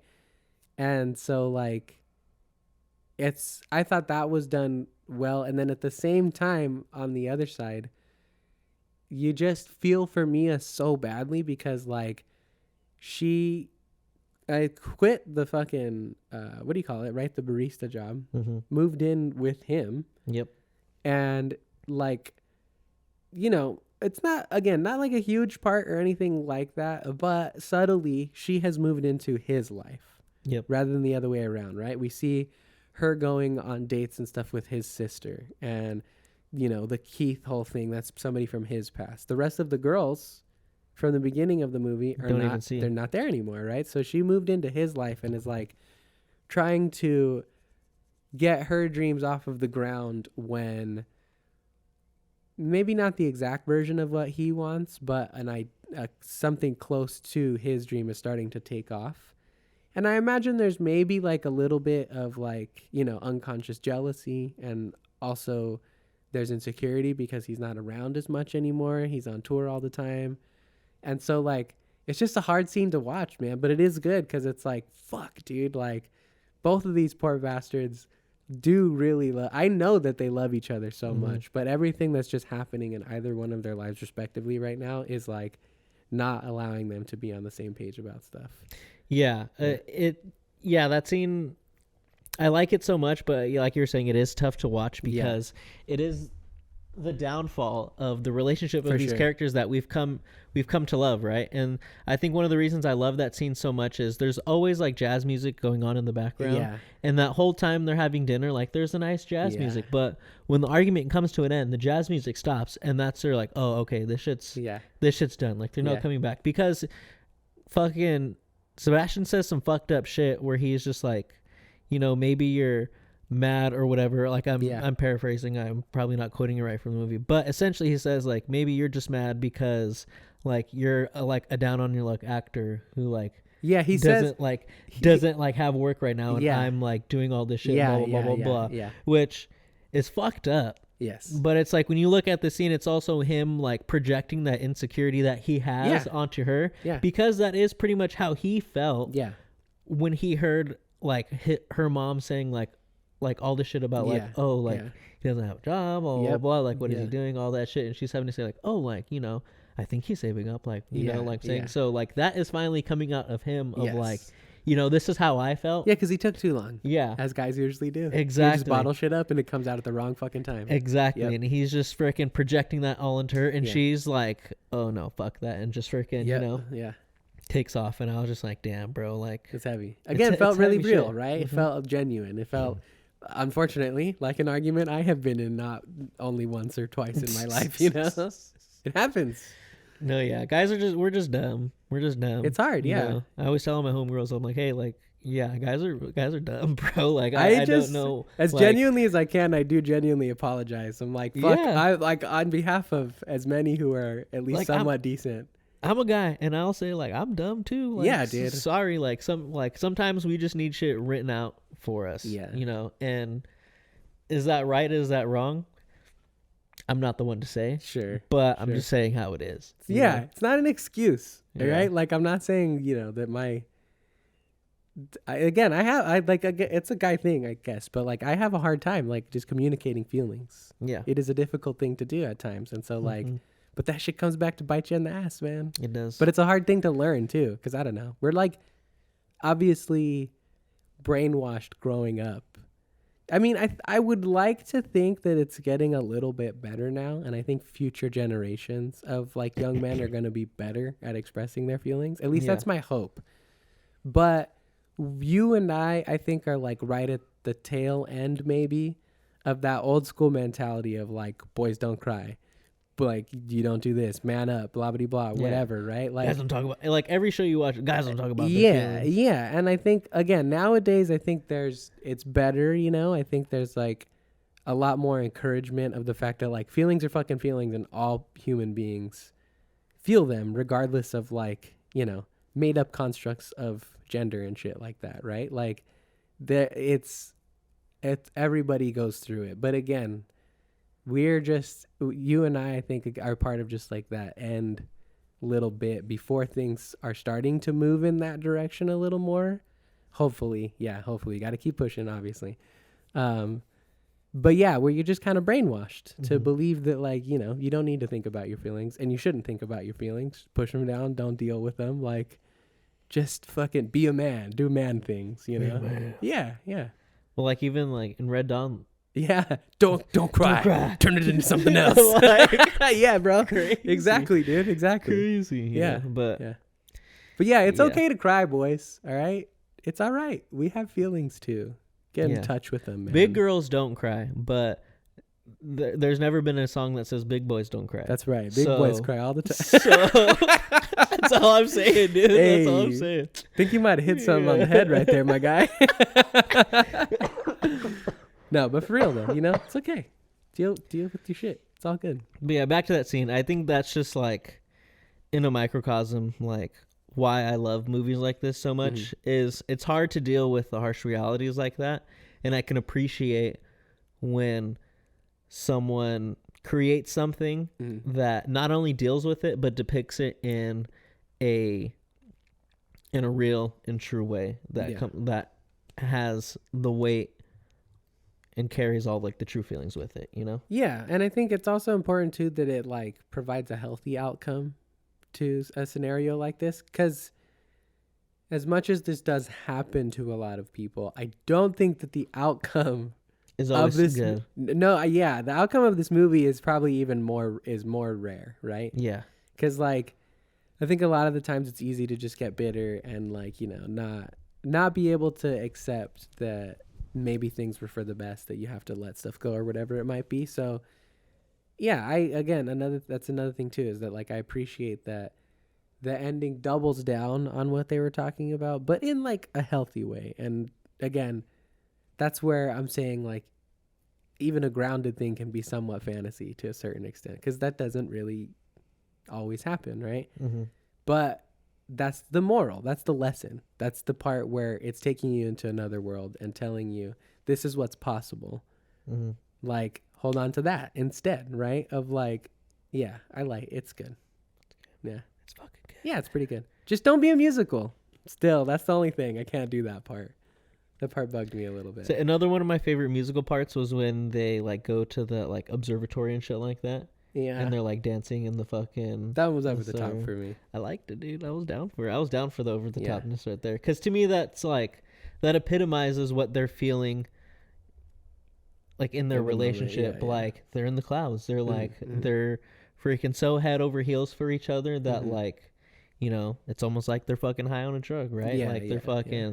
They're floating, they're dancing in the stars. Like that's what it feels like to them. And like that's why I really liked it and I really appreciated it. And I like the shot of like the stars and they're like dancing and it's just like their silhouettes. Yeah, it looks beautiful. Yeah, like don't get me wrong, I think they all look great. Just wasn't up to par for me is what it was, It wasn't good enough to merit it being a musical. Yeah, I feel you. Songs weren't good enough. The choreography was like whatever. They did some cool shit, but like that, it's a spectacle. Yeah. More than anything else. And that's what I had a hard time with, is like, if you're going to be a musical, be a musical. But you're like I felt like they were compensating for the fact that they couldn't do all three of those things with all of these other stuff. I can what I mean? I can see that. Yeah. I can see that. But that's also, again, I gave the disclaimer earlier. That's just because I am partial and like, not grew up, but like in high school started being exposed to like the old classic musicals where like I was saying, they were doing everything and it was just as spectacular, if not more so in my opinion, without all the bells and whistles. Okay. Yeah. Yeah. And I'm someone who did not. I'm telling you, we should watch some of those. One of my favorite ones is called Anchors Away. I'm down. And it's Frank Sinatra and it's Gene Wilder. Yeah, I'm down for like a good one. I'm down. It's actually down for some good ones. The other one too we need to watch is Singing in the Rain. Yeah. Because Singing in the Rain is actually basically what Babylon is. Yeah. Like the story, like loosely, more or less, or whatever. Yeah, well, Singing in the Rain is in that. Yeah. But I mean, like, even if like the story that happens in Singing in the Rain is basically more or less the bare, but it's obviously much more dramatic and like different, but it's basically the same thing that happens in Babylon. Like it's essentially the same story. Interesting. Yeah. The first musical I was ever like, I'm hella down for. High School Musical. I mean, obviously High School Musical. No, In the Heights. I saw that shit as a play. That one's good. And when I saw it as a play, I was like, oh, what about Hairspray? Oh yeah, I saw that. That was probably like my next one. Oh, okay. That was after. Yeah, the very first one was In the Heights. In the Heights. Okay. I mean, like I grew up with my grandma watching Grease, but I wasn't like. Oh, Grease is awesome. But I wasn't like, like I loved Grease. I haven't watched that shit in like a long time, and I think a lot of it was because like, oh, my grandma's just sitting there and watching it. When you're a kid, you're like, the the fuck is grandma watching, bro? Really? Like, you know, I don't know. Just because, I used to sit down and watch it with my grandma all the time. Nah, just because, like, I think a lot of the time, too, my grandma, like, the one that I would watch was for sure, like, Forrest Gump. Like, my grandma would watch Forrest Gump a lot. Yeah. But Grease, as a kid, was never one that was, My grandma also used to watch what we liked. So, like, she would sit down to watch, like, our cartoons with us, or, like, this and that, and bobbity. No, like, when my grandma was watching me, like, there was, like, a separate, like, the playroom. Yeah. Like, she called it, or whatever. Did she watch a lot of soap operas, too? She watched novellas, bro. She watched all that shit. That's my grandma, too, yeah. But that's usually what it was, is, like, we would have to sit through an episode or two of, like, a soap opera, and, like, it's, like, you remember you used to have to, like, wait for the TV. Yeah. There wasn't, like, you couldn't just pull out, like, an iPad or your laptop or go on your PlayStation and, like, load up Netflix, right? Like, there was the one TV in the living room. Because I didn't have a TV in my room till I was, like, probably in, like, 6th or 7th grade or something like that, I think. But, like, yeah, I remember growing up, it was, like, fuck, well, I guess I'm just going to watch whatever's on right now until I can put, like, you know, like, I'm just going to sit here. I don't want to go to my room and do nothing. That's fucking funny. Yeah. Dude. But no, like, I would watch, like, I would get down on, like, Little Rascals. Yeah, that's a good one, too. Freaking, she had, like, the Power Ranger movie. I'd fuck on that one. Sandlot. She had Toy Story, but in Spanish, so I'd watch it in Spanish. Dude. Did not know what the fuck was going on, but had that shit, you know? Yeah. Something about watching those old school, like, me and Diggs used to watch Shrek in Spanish all the time. And just, like, crack the fuck up, dude. It's hilarious. But yeah, and then once I, like, started watching stuff at, like, my house, I was, like, watching the Rockies, specifically, like, 3 and 4. I'd watch Cat in the Hat. That's a good one, yeah. Daddy Daycare. Shrek. Yep. And The Goonies. Yeah, Goonies is a good one. We should do Goonies and, like, something other, another classic one like that. I'm down. You haven't seen Goonies in a long time. That shit one of my favorite movies of all time. 100%. Yeah, I remember. Don't. Shit's like top 3 for sure. Yeah, that's a perfect movie, right? Is that the one? Yeah. It's Goonies, right? Yeah, you can't tell me that shit's not perfect. That's I remember. It is. Yeah, it is. Until, like, I mean, yeah, I don't know how it could be. I'm sure if I was being annoying, I could probably figure something out. But, like, if it's pretty can't good, tell me it's pretty otherwise, goddamn dude. good movie, man. I love every single part of that movie. Like when fucking that fool's telling the like the chick that's gonna, like, clean their house or whatever, and he's like having to talk to her in Spanish. Oh yeah. And she's like, and he's like, if you don't, like, he's telling her in Spanish, like, if you don't do this, then you have to stay in the basement for 2 weeks with no food or water and shit like that. And the chick's just tripping. Yeah, dude. Yeah. Like, he's telling her all this crazy ass shit and stuff like that. Crazy. Like, he's like, oh yeah, the attic. That's where Mr. Walsh does all of his, like, crazy sex stuff. That's right. And she's like, what? Yeah. And fucking the mom is just like, yeah, all right, okay. Yeah, crazy shit. No, that also has, like, a few, like, young stars who grew up to do crazy shit. Josh Brolin. Ki Hu Kwan is in that movie too, and then also fucking Sean Ashton too. Yep. Yeah. Yep. Oh yeah. But yeah, back to La La Land really quick before we move on. Yeah, I thought the movie was really good. I loved the story. All of the sets were really great. They were great. They're great. I loved the spectacle of it. Again, I'm not the one to come to talk about musicals, right? So I like what I like, and this one was one that I liked, and I appreciated it. I was down for it. Again, wasn't down for the first few musical numbers, just because they were kind of like meh, you know? Yeah. But after that, for me, the story picks up and is really compelling and is really moving. I love all the main characters. I think they act their ass off. J.K. Simmons is in this just hella randomly. Yeah. I saw his name in the credits when I was looking up the movie on where to watch it, and I was like, oh, I didn't know he was in this. And then he's just not. Like, he's barely in it. He's just barely in it. Yeah. He just fires Ryan Gosling, and then that's it. Yeah. I loved all the different colors that were used in this movie as well. Like, I thought it was a bold choice to just, like, use a bunch of colors, you know, because I feel like a lot of times movies stick to, like, a palette of colors. Yeah. Whereas this one, like, it's just colorful. It's just colorful. Well, it's vibrant. It feels like that old, again, like paying homage to, like, those old, like, what's it called? I think it was called Cinecolor. It was called, like, Technicolor. Ooh. Like the way fucking, like, Wizard of Oz looked, right? Like, that was that old school feel of, like, the classic, like, MGM Pictures like studio movies and stuff. They were just like big, bright, vibrant colors like that. Damn. Yeah. Nice. But yeah, what would you rate La La Land? Probably like an 8. Yeah. Don't like the musical stuff for everything I've already talked about, but I think the story is great. And again, I also love the characters, and I like the, message or whatever, and the subversion of your typical love romance story. I think it does a good job. I enjoyed it. I enjoyed it a lot more than I thought I would, for sure. Nice. Yeah. First, I'll definitely say this has moved up into like definitely one of my favorite movies for sure. I really liked it. I wouldn't say it's like top 5, right, or top anything 10? like that. Maybe like a top 15 for sure. Okay, yeah. Those aren't important. Top 10 is what matters. Sure, yeah. But like I really enjoyed it a lot. I definitely think it's one that I'll throw on again and again. But I gave it like an 8.7. Like, okay, yeah. It's not like the perfect movie by any standards, at least to me. Yeah, yeah. Whatever, but it's good. It was really, really good. It was really good. No, I love all the performances. I like a lot of the things from the movies. Just it's like those first 30 minutes, 40 minutes for me that are like feel a little slow. Start, yeah, it's a slow start. It feels like musical number after musical number after kind of musical takes a long time for them to like warm up to each other too. Yeah, there's like 2 or 3 different scenarios when they're like cold towards each other, or like kind of playing around or whatever.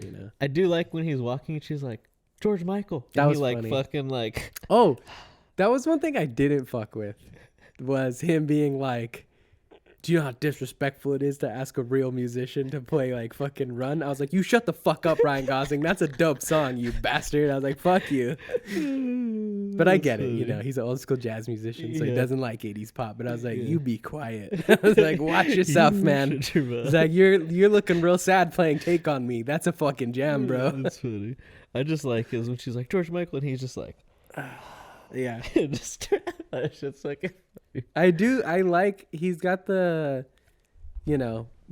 like, dare I say, Han Solo-ish rugged charm in the beginning, where he's very like, he's an asshole, but he's a charming asshole. True. Yeah. We can all hope to just have a charming asshole. Yeah, for sure. I hope my. Never mind. But all right, shall we move on to some poor things? Poor things. Absolutely. Poor little Just gonna get out of the way right now. Mark Ruffalo's accent fucking sucks in this movie. It's pretty bad, but he's great. He does a good job. But yes. I just need to say that right off the bat. So Poor Things came out 2023, correct? Yeah. Like December. I think it got like released widely in December. Yeah. Starring Emma Stone. Freaking Willem Dafoe, Mark Ruffalo, Rami Youssef. I feel like his name is familiar to me, but when I saw him, I didn't really recognize him. It's Gerard Carmichael too, right? Who's that? The guy that plays. He's like the cynic guy who's like, oh yeah, people suck. Oh, I don't really know him from anything else, unless I do, and I'm just forgetting. But I don't really. For sure, I've seen him in some stuff for sure. Let me see. But yes, Poor Things is a story about a girl who initially we think has, just had a procedure done on her brain to correct some, like, to heal her or like whatever. And so it's a story of a girl experiencing life for the first time and learning what is right and what is wrong and forming her own opinions and learning a lot about social constructs, feminism, sexual liberation. Yep. A lot of different things going on in this movie, and it was fucking great. Yeah. Dude. It was so fucking good. Yeah, sorry, I don't know where that. Oh, because I was looking at the thing. I don't. He's from a lot of stuff where it's just him. Oh, okay. I guess, and he's in actually a show with Rami Youssef apparently that's called Rami. So, but I don't know what that's all about. Anyway, like in the beginning, I think they do what to me seemed very clearly like a suicide. Right? Yeah. Because she like jumps off the fucking bridge or whatever. Yeah. So I think thankfully it happened early enough in the movie. I thought it was going to be like a big reveal later, but I already knew that it was her unborn baby's brain in her head. Because that just got spoiled for me, like through context and stuff or whatever. Spoilers. Big spoilers for the movie. Sorry. It's pretty new. But yeah, I already knew that. And so I was a little bit bummed when I saw that wasn't like the beginning of the movie, I was like, fuck, is this like a big twist that like I didn't see coming? But thankfully it's like dealt with pretty nonchalantly, and that's not really at all what the movie's about.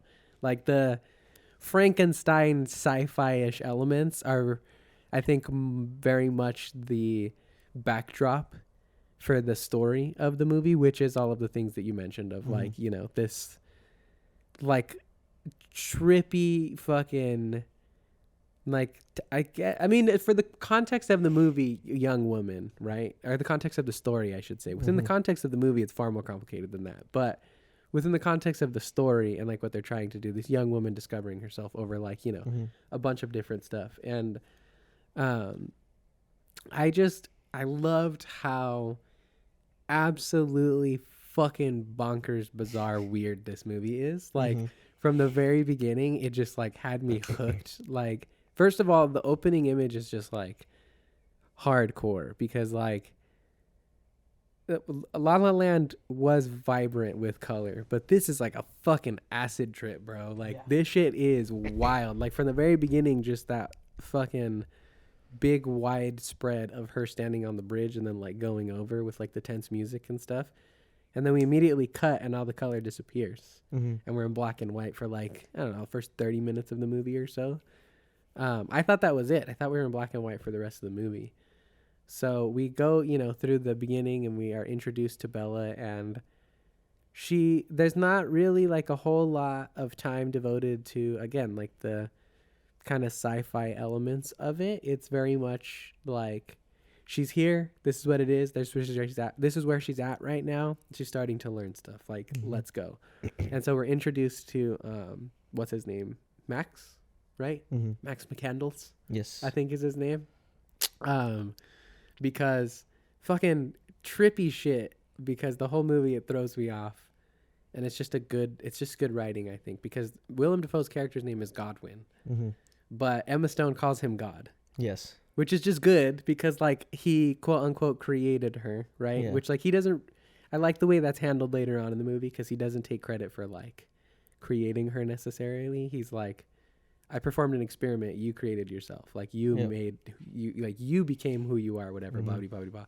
Anyway, but yeah, Godwin is like, you know, teaching a class or whatever. And this kid, Max McCandles, is like interested, obviously. And he basically hires him to like take notes on Bella Baxter.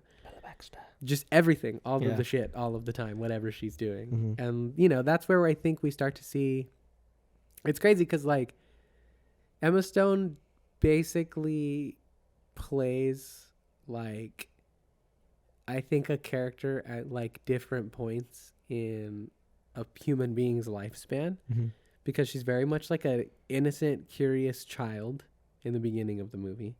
And then slowly, as she starts to become more exposed to the world, much like it is for human beings, she starts to grow and she starts to evolve into eventually what is like a hyper intelligent, like very, very badass young woman, right? Who is like pretty much fully taking control of her life. By the end of the movie, she has like every problem she has dealt with. And she's like, this is my life, bitch, which is fucking sick. But the journey to get there, I think, is very interesting. And I think it's a fucking trip to watch Emma Stone like portray how that evolution happens. I mean, there's a lot of really good things about the movie. I'm not saying anything is not good, but she is far and away easily the best part of the movie and my favorite part of the movie. Like her performance is fucking insanity, bro. It's pretty crazy. But yeah, we get I like the little family dynamic that they have going on. Obviously, it's a little dark in the beginning because, you know, we are starting to realize that at the same time that I think Max is, that Bella's never been let out of the house since the creation has happened, right? And Godwin, Willem Dafoe, has just like kept her locked up and has been very, very careful about shit because he is also a very secluded man, obviously, because if you haven't seen any, cheers, brother. If you haven't seen any promotional material or any images, Willem Dafoe looks fucking crazy in this movie. Yep. Great fucking prosthetic. He looks awesome. Super duper, like, Dude, the fucking burp bubbles, that shit's so weird, so crazy. They just so weird, but like in such a charming way. It reminds me at times of like the reason why I like Wes Anderson stuff. But it's if Wes Anderson went on like a hardcore fucking trip, like just off the wall crazy. But yeah, I like the little family dynamic that we're introduced to, and especially how that evolves later on, I think, because like I think they, as you know, she starts to grow up a little bit, quote unquote, we are introduced to Mark Ruffalo's character, right? What's his name? Duncan Wedderden, something. She says his full name all the time. It's funny. But yeah, total fucking piece of shit in this movie, which is awesome because Mark Ruffalo, at least in the public eye, seems very much the opposite of that. You know, I picture him as like one of America's sweethearts. He's great. I love Mark Ruffalo in anything, and he's always like the timid Bruce Banner or the sweet like love interest or something like that. He's generally playing like nice guys. So it was really cool to see him be just like awful the entire time. Yeah. I really like the characters of Max and Duncan, and them being the two very prominent like male love interests because they are like so opposite and like two sides of a coin, and like sort of like, you know, personified versions of like the type of dudes that are out there. You know, Duncan is just this very shallow piece of shit who on the surface comes off as sweet and elegant, you know, and maybe suave, and maybe to a certain extent he might be, but once you get all past that, you see he's very insecure. He's abusive, not only physically but emotionally, mentally, and shit like that. And on the other side, you have Max, who is just very accepting of who Bella is, right? And the love that he gains for her is through like genuine passion and like love that he does have, real connection. Like, you know, it's real. It's a real connection. So I really like. There's a lot of things in this movie that are so fucking good. Like what you're saying, like with the color, like starting off in black. I think just the starting off in black and white. And generally going through, getting to the color, like, you know, being in black and white. Bella has never been outside. She's never experienced the world. So like her world is very black and white. Like it's just what she knows. It's this or that, you know, it's inside and what I know, it's not outside. That's it. But then once she experiences it and everything is so vibrant and everything looks so just fantastical almost, like it looks. It's like right when she leaves with Duncan right? to go to Lisbon. Yeah, that's right. It like everything looks like, well, like when you go to Lisbon and you go to Paris and stuff like that, everything looks like a little cartoonish almost. Yeah, for sure. Because it's like when you go and experience a new place for the first time, like everything looks so different and everything is so like, oh my gosh, look at these colors, look at this, look magical. At that. Like it's all magical, right? Yeah. And also, if you're looking at it through Bella's eyes, right? She's essentially a young kid who's never seen the world, and once she sees the world, she's seeing the world as a kid essentially would, right? These vibrant colors, everything has like this weird little take on it because that's how kids kind of fucking see the world, you know? Well, what's cool too is like they push that further and further too, I think, because like the movie stays vibrant and colorful throughout the entire thing, but it certainly mellows out towards the end when she starts to really hit like, I mean, what I would assume is like young adulthood or so, right? Like maybe I think at the end of the movie she's probably in like, in terms of mindset, like late 20s or early 30s or something like that. But yeah, she's studying for her exams by the end. Yeah. But yeah, like mellows off, you know. In the beginning it's like fucking intense and everything is like really heavy, and then like when she starts to go through the darker parts in her life and the darker phase of like, you know, her evolution, the weather changes, right? She's in Paris and it's winter, so everything is just cold already. But then all the color is sucked out of the movie. Like everything is drab and dreary for a second. And so like, yeah, just good shit. Stuff that I don't think about really, you know, like I can only do lines, acting, and music for the most part in terms of like what I comprehend on a day-to-day movie basis. But like it's very, very prominent here, so it makes it easier for someone like me to recognize the like color storytelling that's happening or whatever, because it's in most movies, you know. Yeah, I'm just too dumb to see it. Like, yeah. I just don't get it, but this is like in your face, and it's like so good. I like all of the camera work too. Like the camera work was so fucking good. There's so many. Like I really like the fisheye lens shots awesome. That they do. Like they always blur out the edges. Exactly. On a lot of the scenes. A little vignette almost. You know. It's cool. I was wondering, it didn't end up happening, but I thought the like peephole shot was gonna be something within the context of the movie. Yeah, I mean, to me, like the way I look at it is just like a constant reminder of we're just like observing what the fuck is happening. Yeah, definitely. Right? Yeah. Because like there's so much shit going on in this movie, and like there's so many things, like so many themes. There's not like one central theme that's being talked about. Like there's so much that you can pick and choose like from this movie and take away from it. That like, at least to me, I feel like that's what it is almost like, because it doesn't happen often, but it happens at specific times where I feel like, okay, like let's a reminder to be just like very observant on like what's going on right here and the changes that are happening and shit like that. Yeah. So, but yeah, I really loved those. Those were so fucking good, dude. Those were so fucking good. Yeah. So fucking good. So fucking good. Yeah, it's crazy, man. It's I think it definitely takes a couple of like good turns for me too. I think the first one, when it's pretty like easily spotted, right? Like when Duncan is like, I have something to show you, get in the fucking chest. I'm like, okay, he's gonna do something bad, right?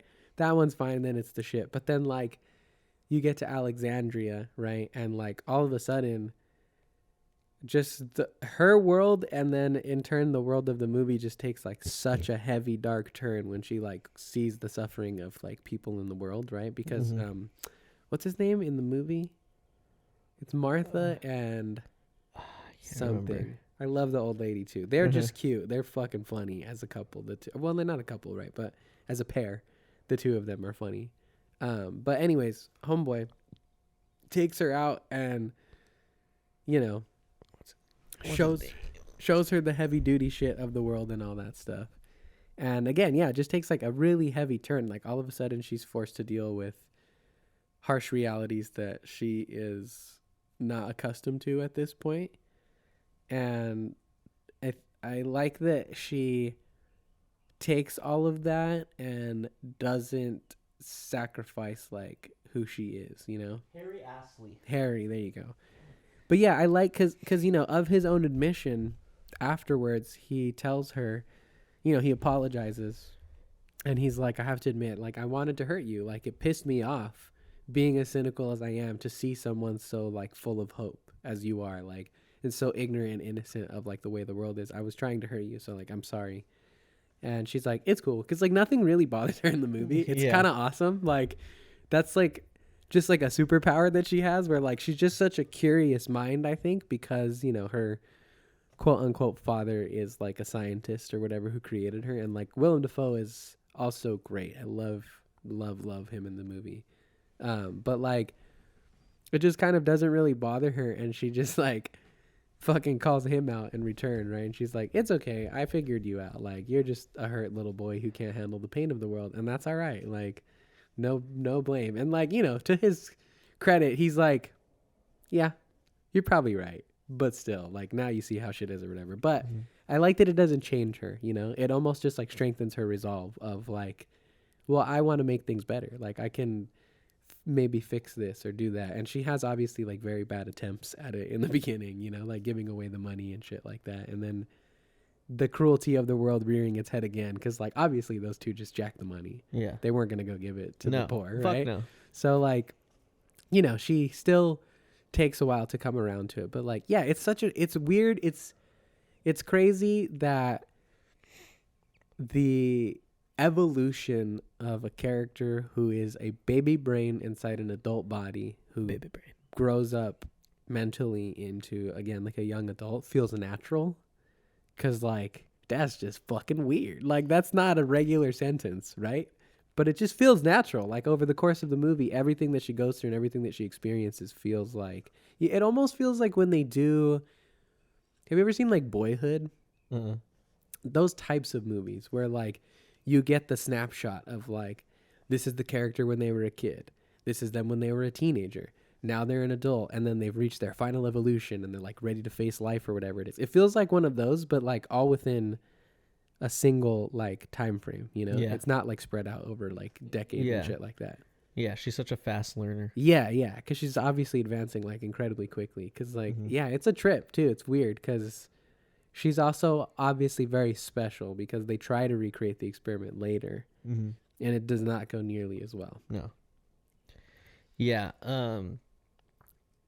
Yeah, I really love her progression, and like I love hearing it through her speech. You know, because at the beginning she speaks just very broken sentences, just gibberish like in the beginning, says a few words here and there, and just gradually you see her vocabulary grow, and you see her using like bigger words. Like, what's one that they're tripping on? Like empirical data. Yeah. And he's like, who the fuck are you? He's like, you don't know what bananas are, but you know what the word empirical means. Yeah, exactly.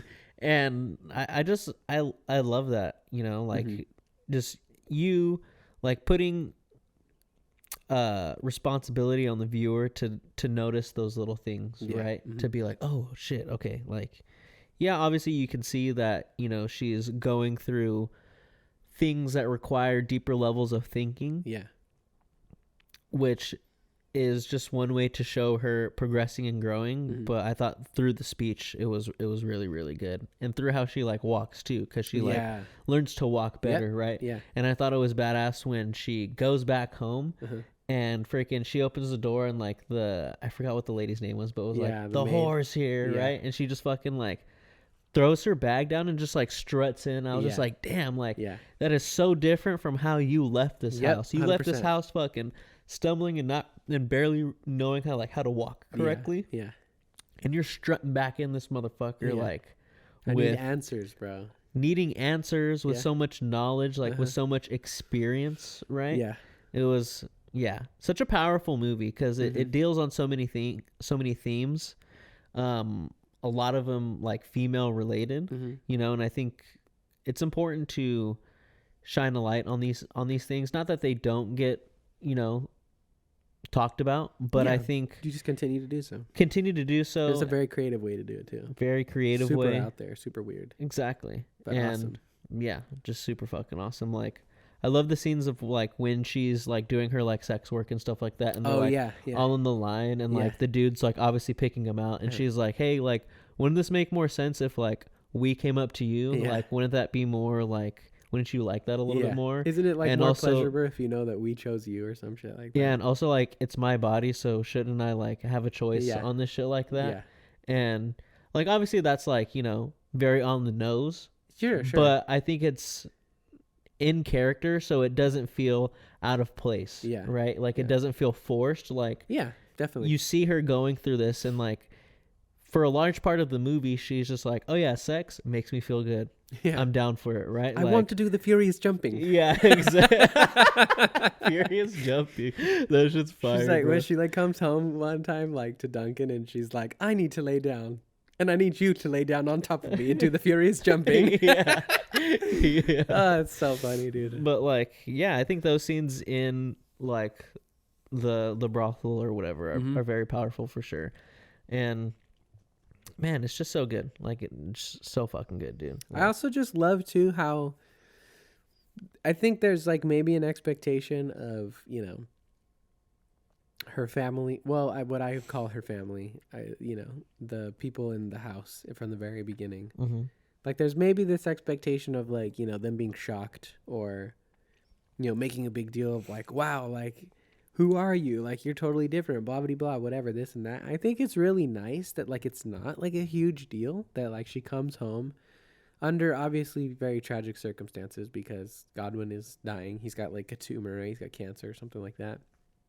And, you know, like she says, she comes with her own intention. She's not there to be all, like, rainbows and sunshine and all that shit. But, like, do they acknowledge the fact that she's grown as much as she does? Yes, but I think it's nice because both Max and Godwin knew that that's who she was going to become. Like they were there in the beginning watching her progress as quickly as she did. Like it's almost like a parent thing, right? Yeah. Where like when you see how fast your kid is picking shit up, like as a baby to like, you know, whatever. Like it's kind of crazy if you think about it that like babies go from like not being able to do shit at all. Like will die if you don't do everything for them, to walking, talking, and having wants and needs in like 3 years. Yeah. That's like a lot of progression, right? And I imagine they're there for like that portion of it, right? Like they see her grow up in a certain extent before she like moves on. But like that doesn't change. Like they still love her, right? Like it doesn't change the love that Max has for her. And what's his name? Godwin has like no qualms at all with accepting the fact that, you know, he did mess up and he should have told her the truth maybe, or that, you know, he feels wrong about hiding it for her. It's empirically incorrect, blah, blah, blah. Because they're very logical, right? Like, and the three of them as a whole are all scientists to a certain extent, right? And I like that a lot. Like, I liked the scene where she comes back home and she's, like, walking with Max. And they're... you know, talking about shit, and she's like, you haven't brought up the marriage or the betrothal or whatever at all. And he's like, well, I don't know if it was still appropriate. Like, what is he? I think he literally says like, you were so young or something like that. Little weird. There's a couple of moments in the movie which are weird and I think a little off. Like some of that stuff, when you think about it too hard, is probably kind of weird because she is a baby. This movie toes the line on a lot of things. Mentally, she's a child for like a good portion of the movie, which is problematic, you know, dealing with the physical things that she's doing. And then also the one that I didn't fuck with that I thought was really weird is when the like French dad is like, I need to show my sons how to fuck. Yeah, that was weird, crazy. Bro. That was fucking that was intense. I was like, whoa. It was just funny. It was funny. That, like, it was funny. There was the kid there with like the notepad and he's just like, yeah. And then the other kid next to him is just like like freaked out. One kid's freaked out, the other kid's like, yeah, okay. All right, yeah. What are you doing right there? Oh, okay. All right. That's one. Where are you putting your leg at? Yeah. Oh, okay.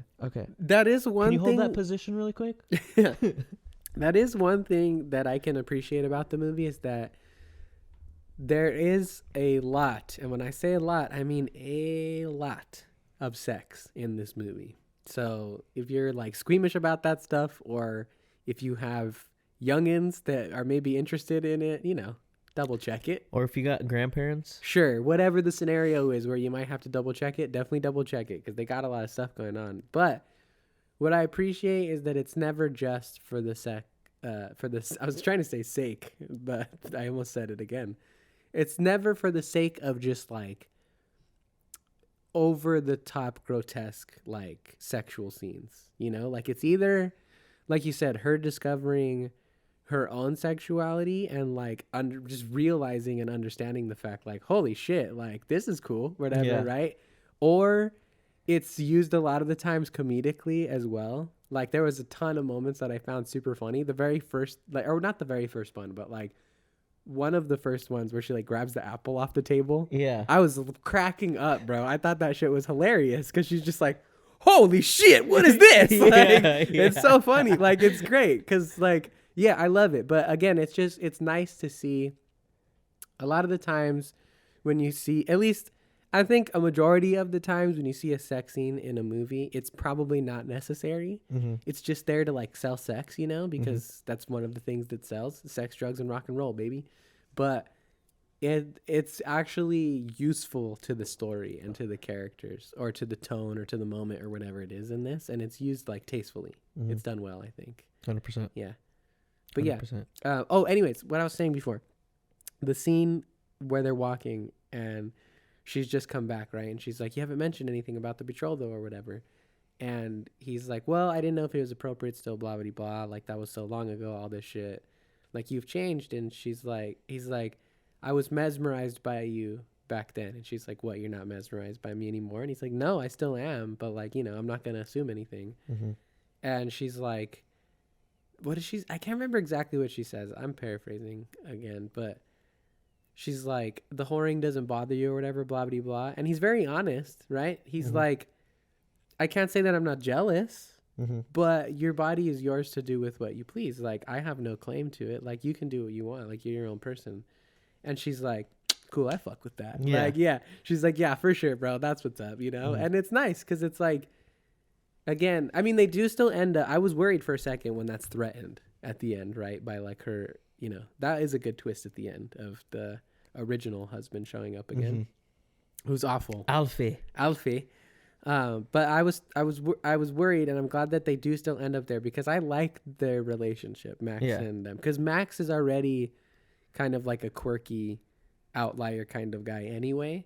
And so they just fit nicely together, and they both have like the, you know, the empirical minds and the scientist minds, and they think about things logically. And I think she literally says like, I love this logical love that we have, or practical love, or whatever she says, or something like that. But it's sweet. It's cute. I like their relationship that she has.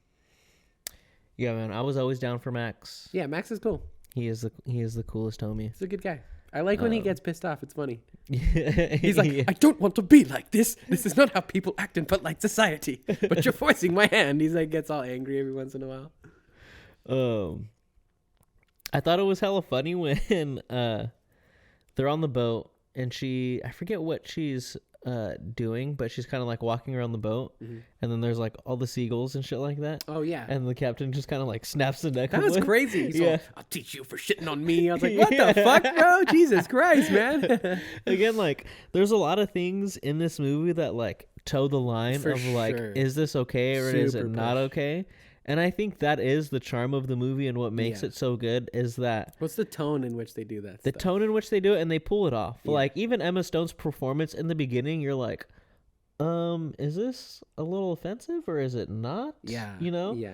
But as the movie progresses, you're like, oh, okay, no. Like, and you learn that, like, she was just, like, a kid and stuff like that. You're like, okay. Yeah. Like, this makes sense. Yeah. I get it now. I didn't honestly even think of that, again, just because that was something that I already had context for. Oh, okay. But that's interesting to hear, because that probably would have maybe like made me a little uncomfortable too. I was for sure like watching it, and I'm like, okay, I'm down for this, but I'm like, how are they gonna do this? I was like, is this not like, should I be tripping on this? Should I not be tripping on this? Yeah. You know? Yeah. And then especially once she starts like, you know, exploring her sexuality and stuff like that, I'm like, isn't Duncan being? I mean that is the point, right? Duncan is like very manipulative and stuff like that. But taking advantage. It's really, it's bad. No, it is bad. I think like you said, they definitely do a high wire fucking act of putting these characters in these very uncomfortable situations. At least uncomfortable by today's standards, right? I think that's another thing that's important to keep in mind is the movie takes place in a fantasy world, because it's not real. A lot of the stuff is like fucking homie has a fucking car with like a fake horse head on it. Yeah. Like, so obviously it's a fantasy world, but it's also removed from like our time as well, right? Everybody's still talking about polite society and all this bullshit and this and that or whatever. So, you know, but I think at the same time, it never has a reason for doing all of that type of stuff that doesn't push forward Bella's like character arc, I think. And I think that's like why most of it ends up being okay for the most part, is it's all meaningful like character development for her, or like meaningful circumstances so that she can develop as a character. So it works. Yeah. Another thing I really liked in this movie was the score. I thought the score was so fucking good. Just trippy. And I like how it takes its evolution. Yeah. Like, you know, with the color and also with Bella's speech. How like when she's young, like super bubbly, super weird and odd. Weird notes with a lot of space in between them. Like there's not like a whole lot of composition going on in the score.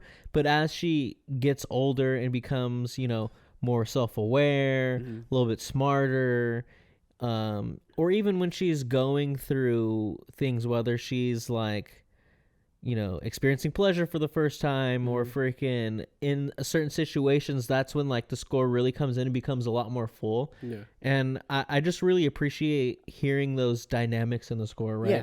Not just listening to a constant like this or that. Like, not that I don't enjoy like, a good constant score, but I like something that complements the movie in an obvious way, but is subtle enough to where you're not overly paying attention to it, but it adds to the situations that are going on, and it adds to the scenes and everything like that. Yeah, everything is like firing on all cylinders to work together. It doesn't feel like anything is an afterthought. It feels like there's intention in like all of the parts of the movie. Every single little bit of it all feels like it's working towards the end goal of like what is, I guess, essentially Bella becoming like a truly free woman, like to and like stepping into her own and like feeling comfortable in her skin and taking control of her life, right? But every single little piece works towards that, and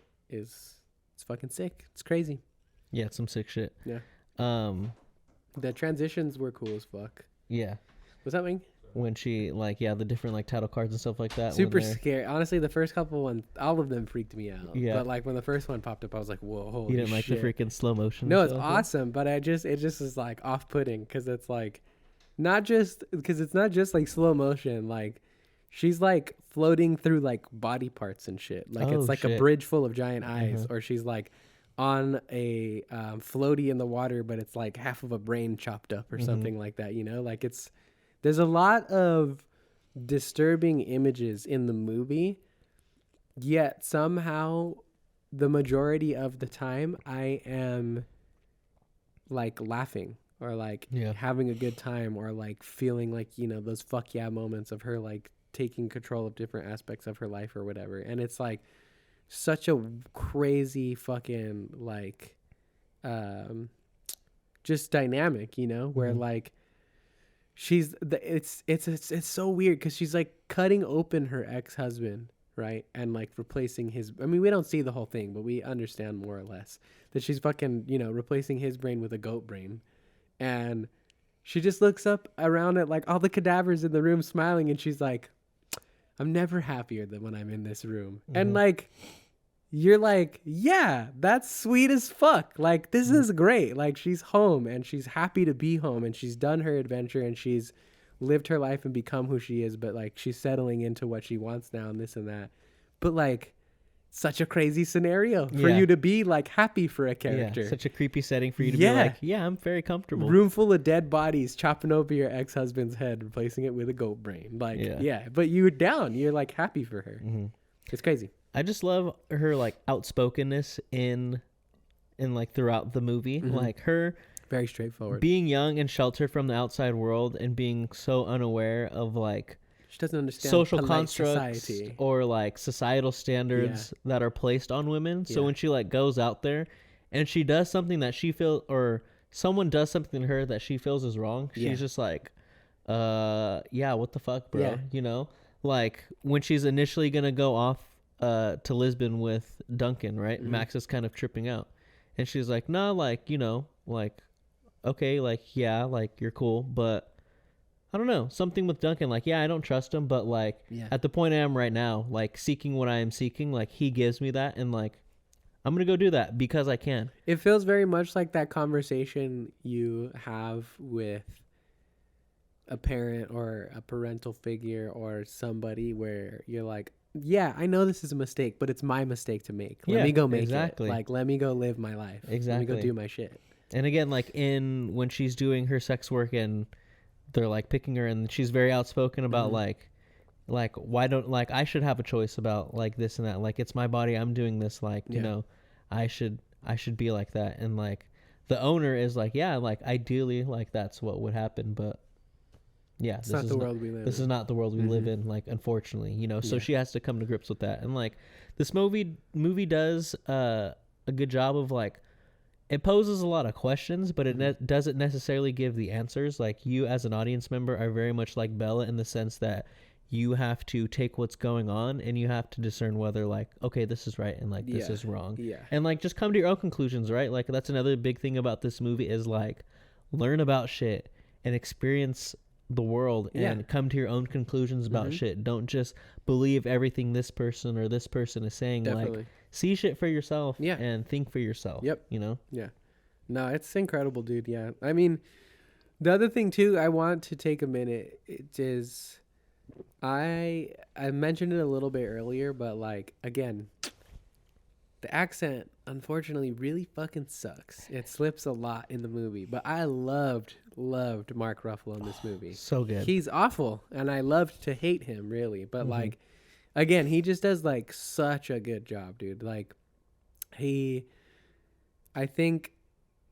He starts the movie. I think he does kind of pull the wool over the audience's eyes a little bit. He does seem like that cool, suave, rich, aristocrat guy who's like, I'm about adventure and life, and I blah, blah, blah, I seek the thrill of this and that or whatever, right? And then, like you were saying, that slowly starts to become exposed as he starts to experience, I think, obsession more than it is love.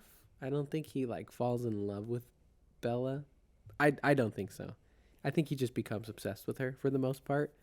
Maybe it's like a twisted form of love or something like that that's like just toxic or whatever it may be, but the point I'm trying to make is like it's not a true love, obviously, right? And he thinks that he can just take advantage of this, young girl, I guess, at the time. Ugh, feels a little icky saying that, but watch the movie and it makes more sense. But he's taking advantage of like, Bella in the early stages of her brain cycle, life cycle, whatever it ends up being, whatever you want to call it, and slowly just starts to like lose footing in like the power dynamic that he thinks he has over her. And it's just so fucking fun to watch this dude who is like clearly set up as like an asshole from the beginning just like slowly break down, just lose it. Just like bit by bit just become more and more pathetic. It's like so fucking fun to watch. He does such a good job of just like losing his mind piece by piece. Like it's great. He's awesome in this one for sure. Yeah, he's so good. He like steals, like I wouldn't say like steals the freaking the screen every time he's on it because but he does contend though. He contends for sure. He's so fucking good and just like you said, like a character that you love to hate. Like he's such a compelling, just piece of shit that you're like, damn, like, and he is kind of funny, like sometimes. He's super funny, yeah. And it's just, but he does these things where puts her in the trunk or freaking throws her books off of the freaking off the boat, where you're just like, damn, this fool is fucking terrible. Awful. Yeah, and he's just so insecure. Like once the thought of Bella sleeping with someone else even entered his mind, he was like hysterical and he like lost it. And that's where like a lot of the standards put on women definitely comes into play, like within the movie, because he's very much like you're not supposed to be like sleeping around, like whoring around and shit like that. Like that's freaking that's fucked up. Whereas like, and there's that's a crazy double standard because that's his he's whole like, thing. Yeah, he's like, oh, such and such. She was telling him like, oh, like such and such told me that you've like slept with like 100 women, blah blah blah, and he's like, it's a little higher than that, blah blah blah, that. And I'm like, damn, so you fucking do all this shit, sleep with hella girls and shit like that, but once freaking Bella doesn't even sleep with someone else, but you think she sleeps with someone else, you start tripping the fuck out. Yes, yeah. He loses it very, very quickly, and I like those funny moments too, like you're saying. Like there's a couple of times I think when like he is. You've just been fucked thrice by the freaking. Yeah. He's like, he's God, so terrible. But it's also funny because like, she. I think it's after the first time that she does the sex work, right? When she like sleeps with like the long-haired balding dude or whatever. Like right when they first get to Paris, right? Yeah. And she comes out and she's like, you are pathetic and you are terrible, but you were good at fucking me though. She's like, this dude was ass. Like, he didn't do shit. So, kudos, brother. But, like, you know. She's like, other than that, she's like, other than that, though, you have nothing to offer me anymore. Yeah. Like, very, very quickly after the, like, midway point of the boat, like, section of the movie, she just, like, starts to realize that he's just a sad little man who, like, can't deal with his shit. She's just done with him. Yeah. It's funny how that manifests, too, right? Because, like, at first she's just like, your sad face makes me have angry feelings towards you. Like, that's how it starts, right?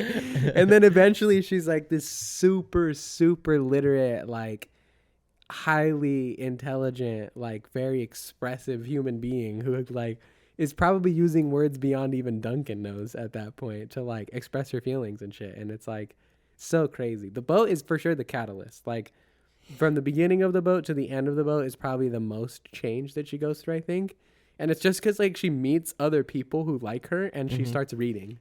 And, like, that's it. Because up until that point, even with Duncan, even though she was able to see more of the world, she was still held prisoner by him, even before the boat, right? Like, yeah, she snuck out, you know, and had her times where she went to explore the town or whatever it was and stuff like that. But mentally, I think, and well, maybe not emotionally, but like she was still trapped by another man and with more ill intentions than the first time around too. And so she really has like no choice but to break out of it at that point. And she does an awesome job at it, obviously. And yeah, it's just great. The whole Paris sequence is good because like that's another pretty fast forward one, I think, for sure too, where like not in a bad way, but where she just evolves very heavily over the course of that time, for sure.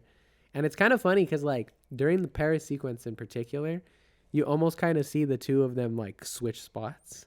Where, like, she becomes the well-put-together, like, well-mannered, like, you know, not, like, over-the-top aristocrat asshole like he is, but, you know, she's obviously grown up, and she's, like... educated. Yes. And he turns into the gibberish speaking, like very raw and like hardcore, just like brain to mouth, like fucking speech, whatever shit. And it's just funny to see. It's like, it's satisfying. It's like they do a good job of setting him up as like, almost like, it reminds me of like some shit like the Three Stooges or whatever, where like he is evil and bad and ill-intentioned, but he's also just such a fucking idiot that it's just like funny to see him go through this like downfall of shit. It's not tragic. It's not sad. It's not like a fuck yeah or anything like that. It's just funny. Like to watch him break down. Like it's great. It's such a trip. It's a good performance from everybody, but he's awesome. Yeah, his character arc is pretty funny because it goes from, like you said, very, you know, thinks highly of himself, you know, very confident, very suave. Yeah. To just this babbling piece of shit. Yeah. That freaking broken down shell of a man. Has to go to freaking Bella, aka Victoria's husband. Like has to get him because he's so freaking distraught. Yeah, just like cowering behind him, like talking shit and then like going back behind his back and shit. I thought that was such a clever twist because earlier in the movie when they first go to Lisbon, someone calls her Victoria, blah blah blah. Oh yeah, yeah, that's right. Like, oh no, like you must be mistaken, like you know, and that's not me. Like I'm Bella, blah blah blah. And she's just like, oh, like I'm sorry, like you look like her, you know.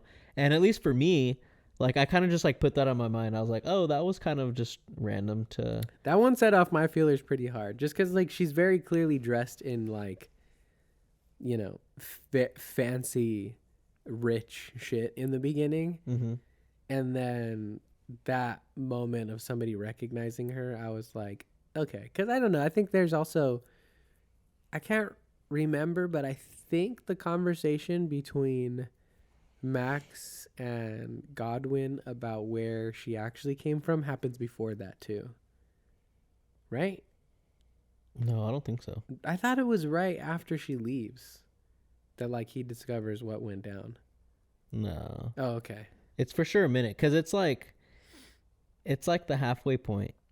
No, because he starts looking for the evidence of the experiment while she's there still, and then they have the conversation after that. I think it's before she even leaves. I can't remember. I could be wrong, but anyways, like there was a couple things for sure where like when that happened, I was like, oh, okay, her past life is gonna show up at some point or another in this movie. Okay. There's no way it's not gonna be something, because like I don't know, I thought maybe it was also the spoilers of stuff that I got, with like the baby brain shit or whatever. So I was just on high alert throughout the movie or something like that. But like, yeah, that definitely gave me an indicator, and I just felt throughout the movie that like at some point. It just made sense to me that her previous life had to show up in one way or another. Like it wasn't just going to be a clean break from whatever happened. Otherwise, why would they show us that scene in the beginning? True. Very true. Yeah. Very true. But it is good. I love it at the end. Like, because again, it feels very happy ending where like, they're in the church. They are down to get married. And like that scene cracked me the fuck up too when Godwin shows up and he's like, I took 7 grams of heroin in my toes, a bunch of amphetamines for the pain, and cocaine because I am partial to cocaine. Yeah, like, you're savage, bro. Holy shit.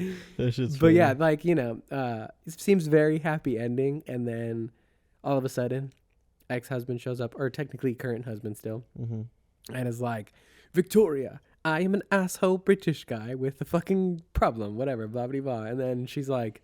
Still curious about her previous life, obviously, because she shows up to... I can't remember where the context comes from, because she shows up asking questions. She comes in and because like, she's in bed with her... Oh, the stitch right here, right? Yeah. Because of the baby. And she's like, yeah, you have a baby scar. And she's like, no. Yeah. And then she really, like, starts to think about it. That's right. Yeah. And that's where, the freaking... She's like, all right, he's not telling me something or whatever. Yeah. Exactly. But yeah, I was taken by surprise for sure in that scene. And I thought it was a nice little twist to what still ends up being a happy ending. And I'm glad, because I think she does deserve it.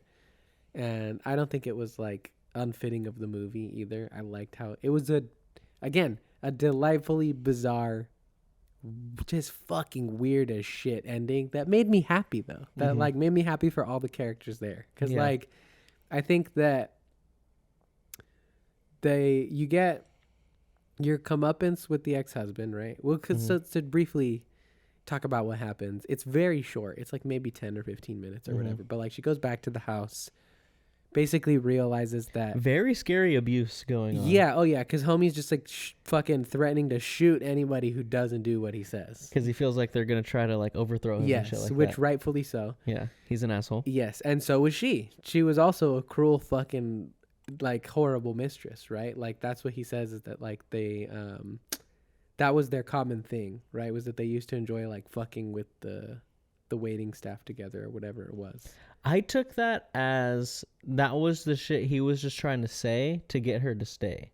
I don't think so, because the maid also has a very like distasteful look on her face when she's leading her to the room. And she's very silent when she asks like, how was I? Like, what was I like? Was I nice? And she's just like looking at her. I thought she was also a piece of shit. I do not think she was a good person in her life before. Maybe she was like, obviously, very clearly, because of the times and who the guy was, she was still held to the ancient and absolutely ridiculous, conventions and laws and rules of that time, of the fact that, like, anyways, yeah, I think she probably still was, that was a good catch. I would not have. I just saw it real quick. Still, held prisoner. Probably unfortunately abused, both I'm sure mentally and physically in a lot of different ways. But I think she was kind of fucked up in her past life too. She seemed like any rich person in this movie is very clearly depicted to us as a piece of shit. And all of the people who knew her in her past life are rich assholes. So I think she was evil. I think she was terrible. I can see that. I just didn't necessarily feel that way because... Like, I felt like the reason that she jumped off the bridge and committed suicide, obviously, or tried to, was because that fool was a piece of shit. Oh, yeah. That fool, 100%. But just because he was a piece of shit does not mean that she also is immune to being a piece of shit, But yeah, so, you know, there's a little bit of back and forth between them. He is clearly no match for her at this point. Like, she has faced far worse. And, like, honestly, it's kind of laughable, like, how much power he thinks he has over her. I found it, like, kind of hilarious because she's very clearly just, like, there to satiate her curiosity of, like, I wonder what my life was like before. I'm going to leave here when I want to, even though you're, like, threatening death. Like, I'm still going to get out of here. Like, you can't stop me. Because she's, you know, she's evolved to her final form at that point. Like, nothing's going to stop her. You fool. Yeah. This isn't even my final form. Yeah, exactly, bro. But, you know, gets out of it, obviously. Kind of a tense little scenario or whatever. Again, I wasn't really too worried for her because I'm like, she's got you in the fucking bag, bro. Get out of here. You're an idiot. And then, yeah, just like, again, a good, happy ending. Because, like I said, you get your comeuppance. Fucking homeboy's just a goat now. Eating grass. Fucking, what do they call it? I think it's called bleeding. When sheep's go. Yeah. Meh. It's fucking bleeding like an idiot, right?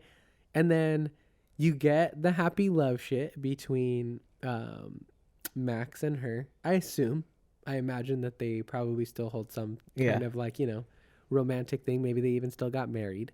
She has her best friend there too, from, like, I think of it as like the college days, you know, because, you know, she experimented too and shit like that or whatever, right? True. But then even, like, I had a smile on my face seeing I forget her name, but the maid and then the second experiment. Yeah. Because it very much felt like, you know, she was super detached from Bella and was pretty much, like, just annoyed.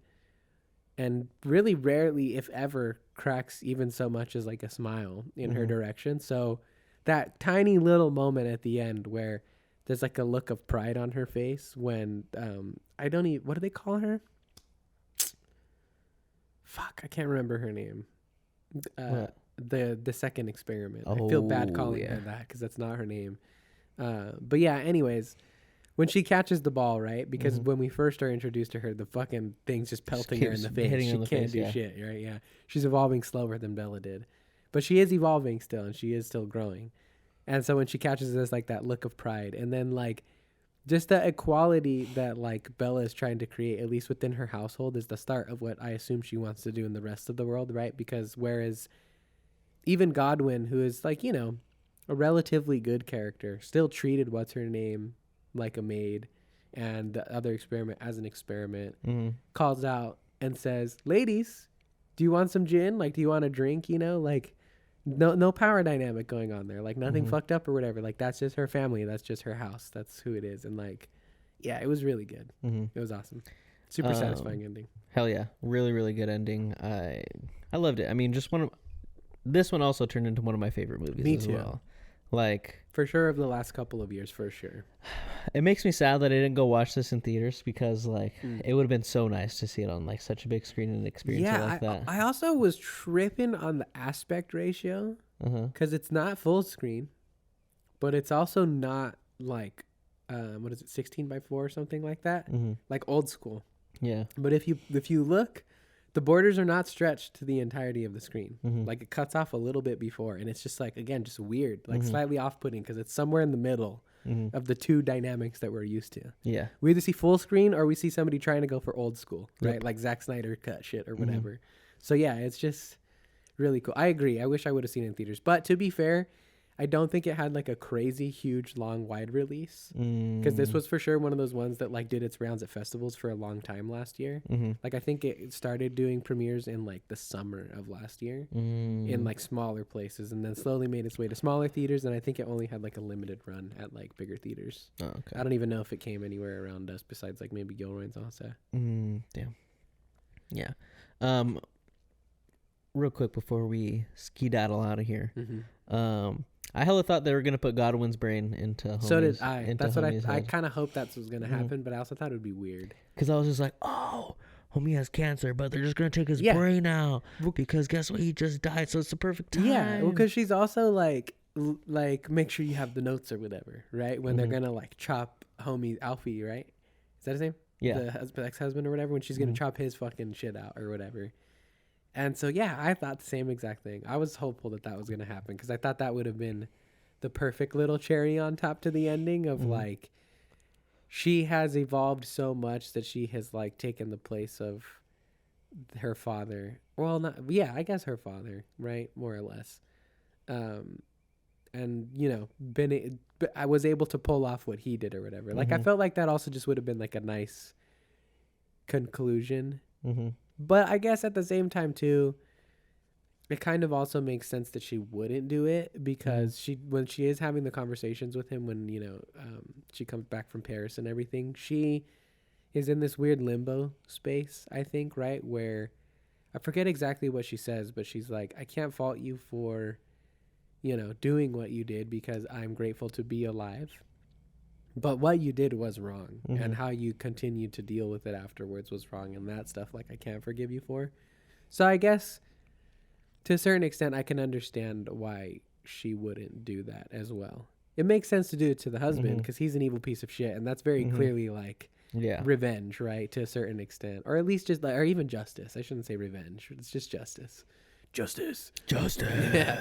But yeah, I get why she wouldn't do that to someone else. It also makes more sense that she didn't do it to him now that I'm thinking about it, because his dad did hell experiments on him. Yeah, that's right. Dude, that's a whole nother part that's just like so tragic about his character. And it's so subtle and treated for laughs that like we're in the same boat as Max, I think, right? Where like a lot of the times the lines that he has about his father are, I think, delivered pretty comedically. And we're kind of in the same boat as Max, where it's like, wait, what did you just say? How do I take this? Yeah, like what? What do you mean he branded you? What do you mean he did this? Why did he do that? What the fuck? And he's very much the whole time just like, he was a man of science. Yeah. So am I. I get it. It's fine. Yeah. And I believe him. Yeah. Like, I don't know that, like, he really bears any, like, incredible ill will towards his father. He knows that what he did to him was wrong. Yeah. But I don't think, because, again, he is also so much a man of science. He's like, I get it. Like, I did the same thing to my, like, surrogate daughter, more or less, blah, blah, blah. So it is also, like, that nice shit, man. Maybe they even have a little bit of like breaking generational trauma in this shit with that, bro. Who knows? I don't know if that was the intention or not, but I would think so, because like, yeah, he does create Bella initially to be an experiment, but he does grow to love her as a daughter, as a daughter, so he did kind of like break that cycle. And like, yeah, was he very reserved when she wanted to go outside and experience the world? Yeah, but at a certain point, he understood and kind of like let her go. Yeah, definitely. And do that shit, Also great. Yeah, which is good. I like that he is maybe set up in the beginning, especially in appearance, to be that like overbearing, if not maybe even a little bit scary, like, you need to stay in this house. You're not going anywhere, like evil type. But he is genuinely such a warm, loving figure towards his daughter, I guess, essentially, right? That like, oh, it's nice. It's really good. He's also really great. I feel like he doesn't have like quite as much screen time as, obviously not as Emma Stone, maybe not even as much as like Mark Ruffalo, but the time that he does have is great. He's really good too. Very, very good. Yeah. Willem Dafoe's a class act, bro. Dafoe, man, yeah. Like he's gonna give you an A+ performance every time, no matter what the fuck it was. Yeah, he was awesome. And I can't get over those prosthetics, dude. He looks sick. He looks so cool. Hell yeah. But so what would you rate Poor Things? Probably a 10 out of 10. I really can't. If I brought up any concerns or anything during the conversation that we just had about it, I can't fucking remember. But I think that's testament to why I think it's a 10 out of 10. Even if I did have any little qualms with it here and there, everything else about it is so good, and just like, like we were saying earlier, just firing on all cylinders across like all the different art forms within the context of this movie, dude. Like, it is pretty masterfully done, dude. It is a really good movie. Yeah. I see why she won, obviously, for performance. And like, honestly, I don't know what else it won, if anything, but it certainly should have at least been nominated for some other shit. Yeah, I agree. 10 out of 10. I mean, it's so easy for a movie that deals with so many different things to be kind of like a mess. Yeah.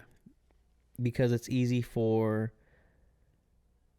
like all that shit to get lost in the mix, and the point of the movie to get lost within all of that. Yeah.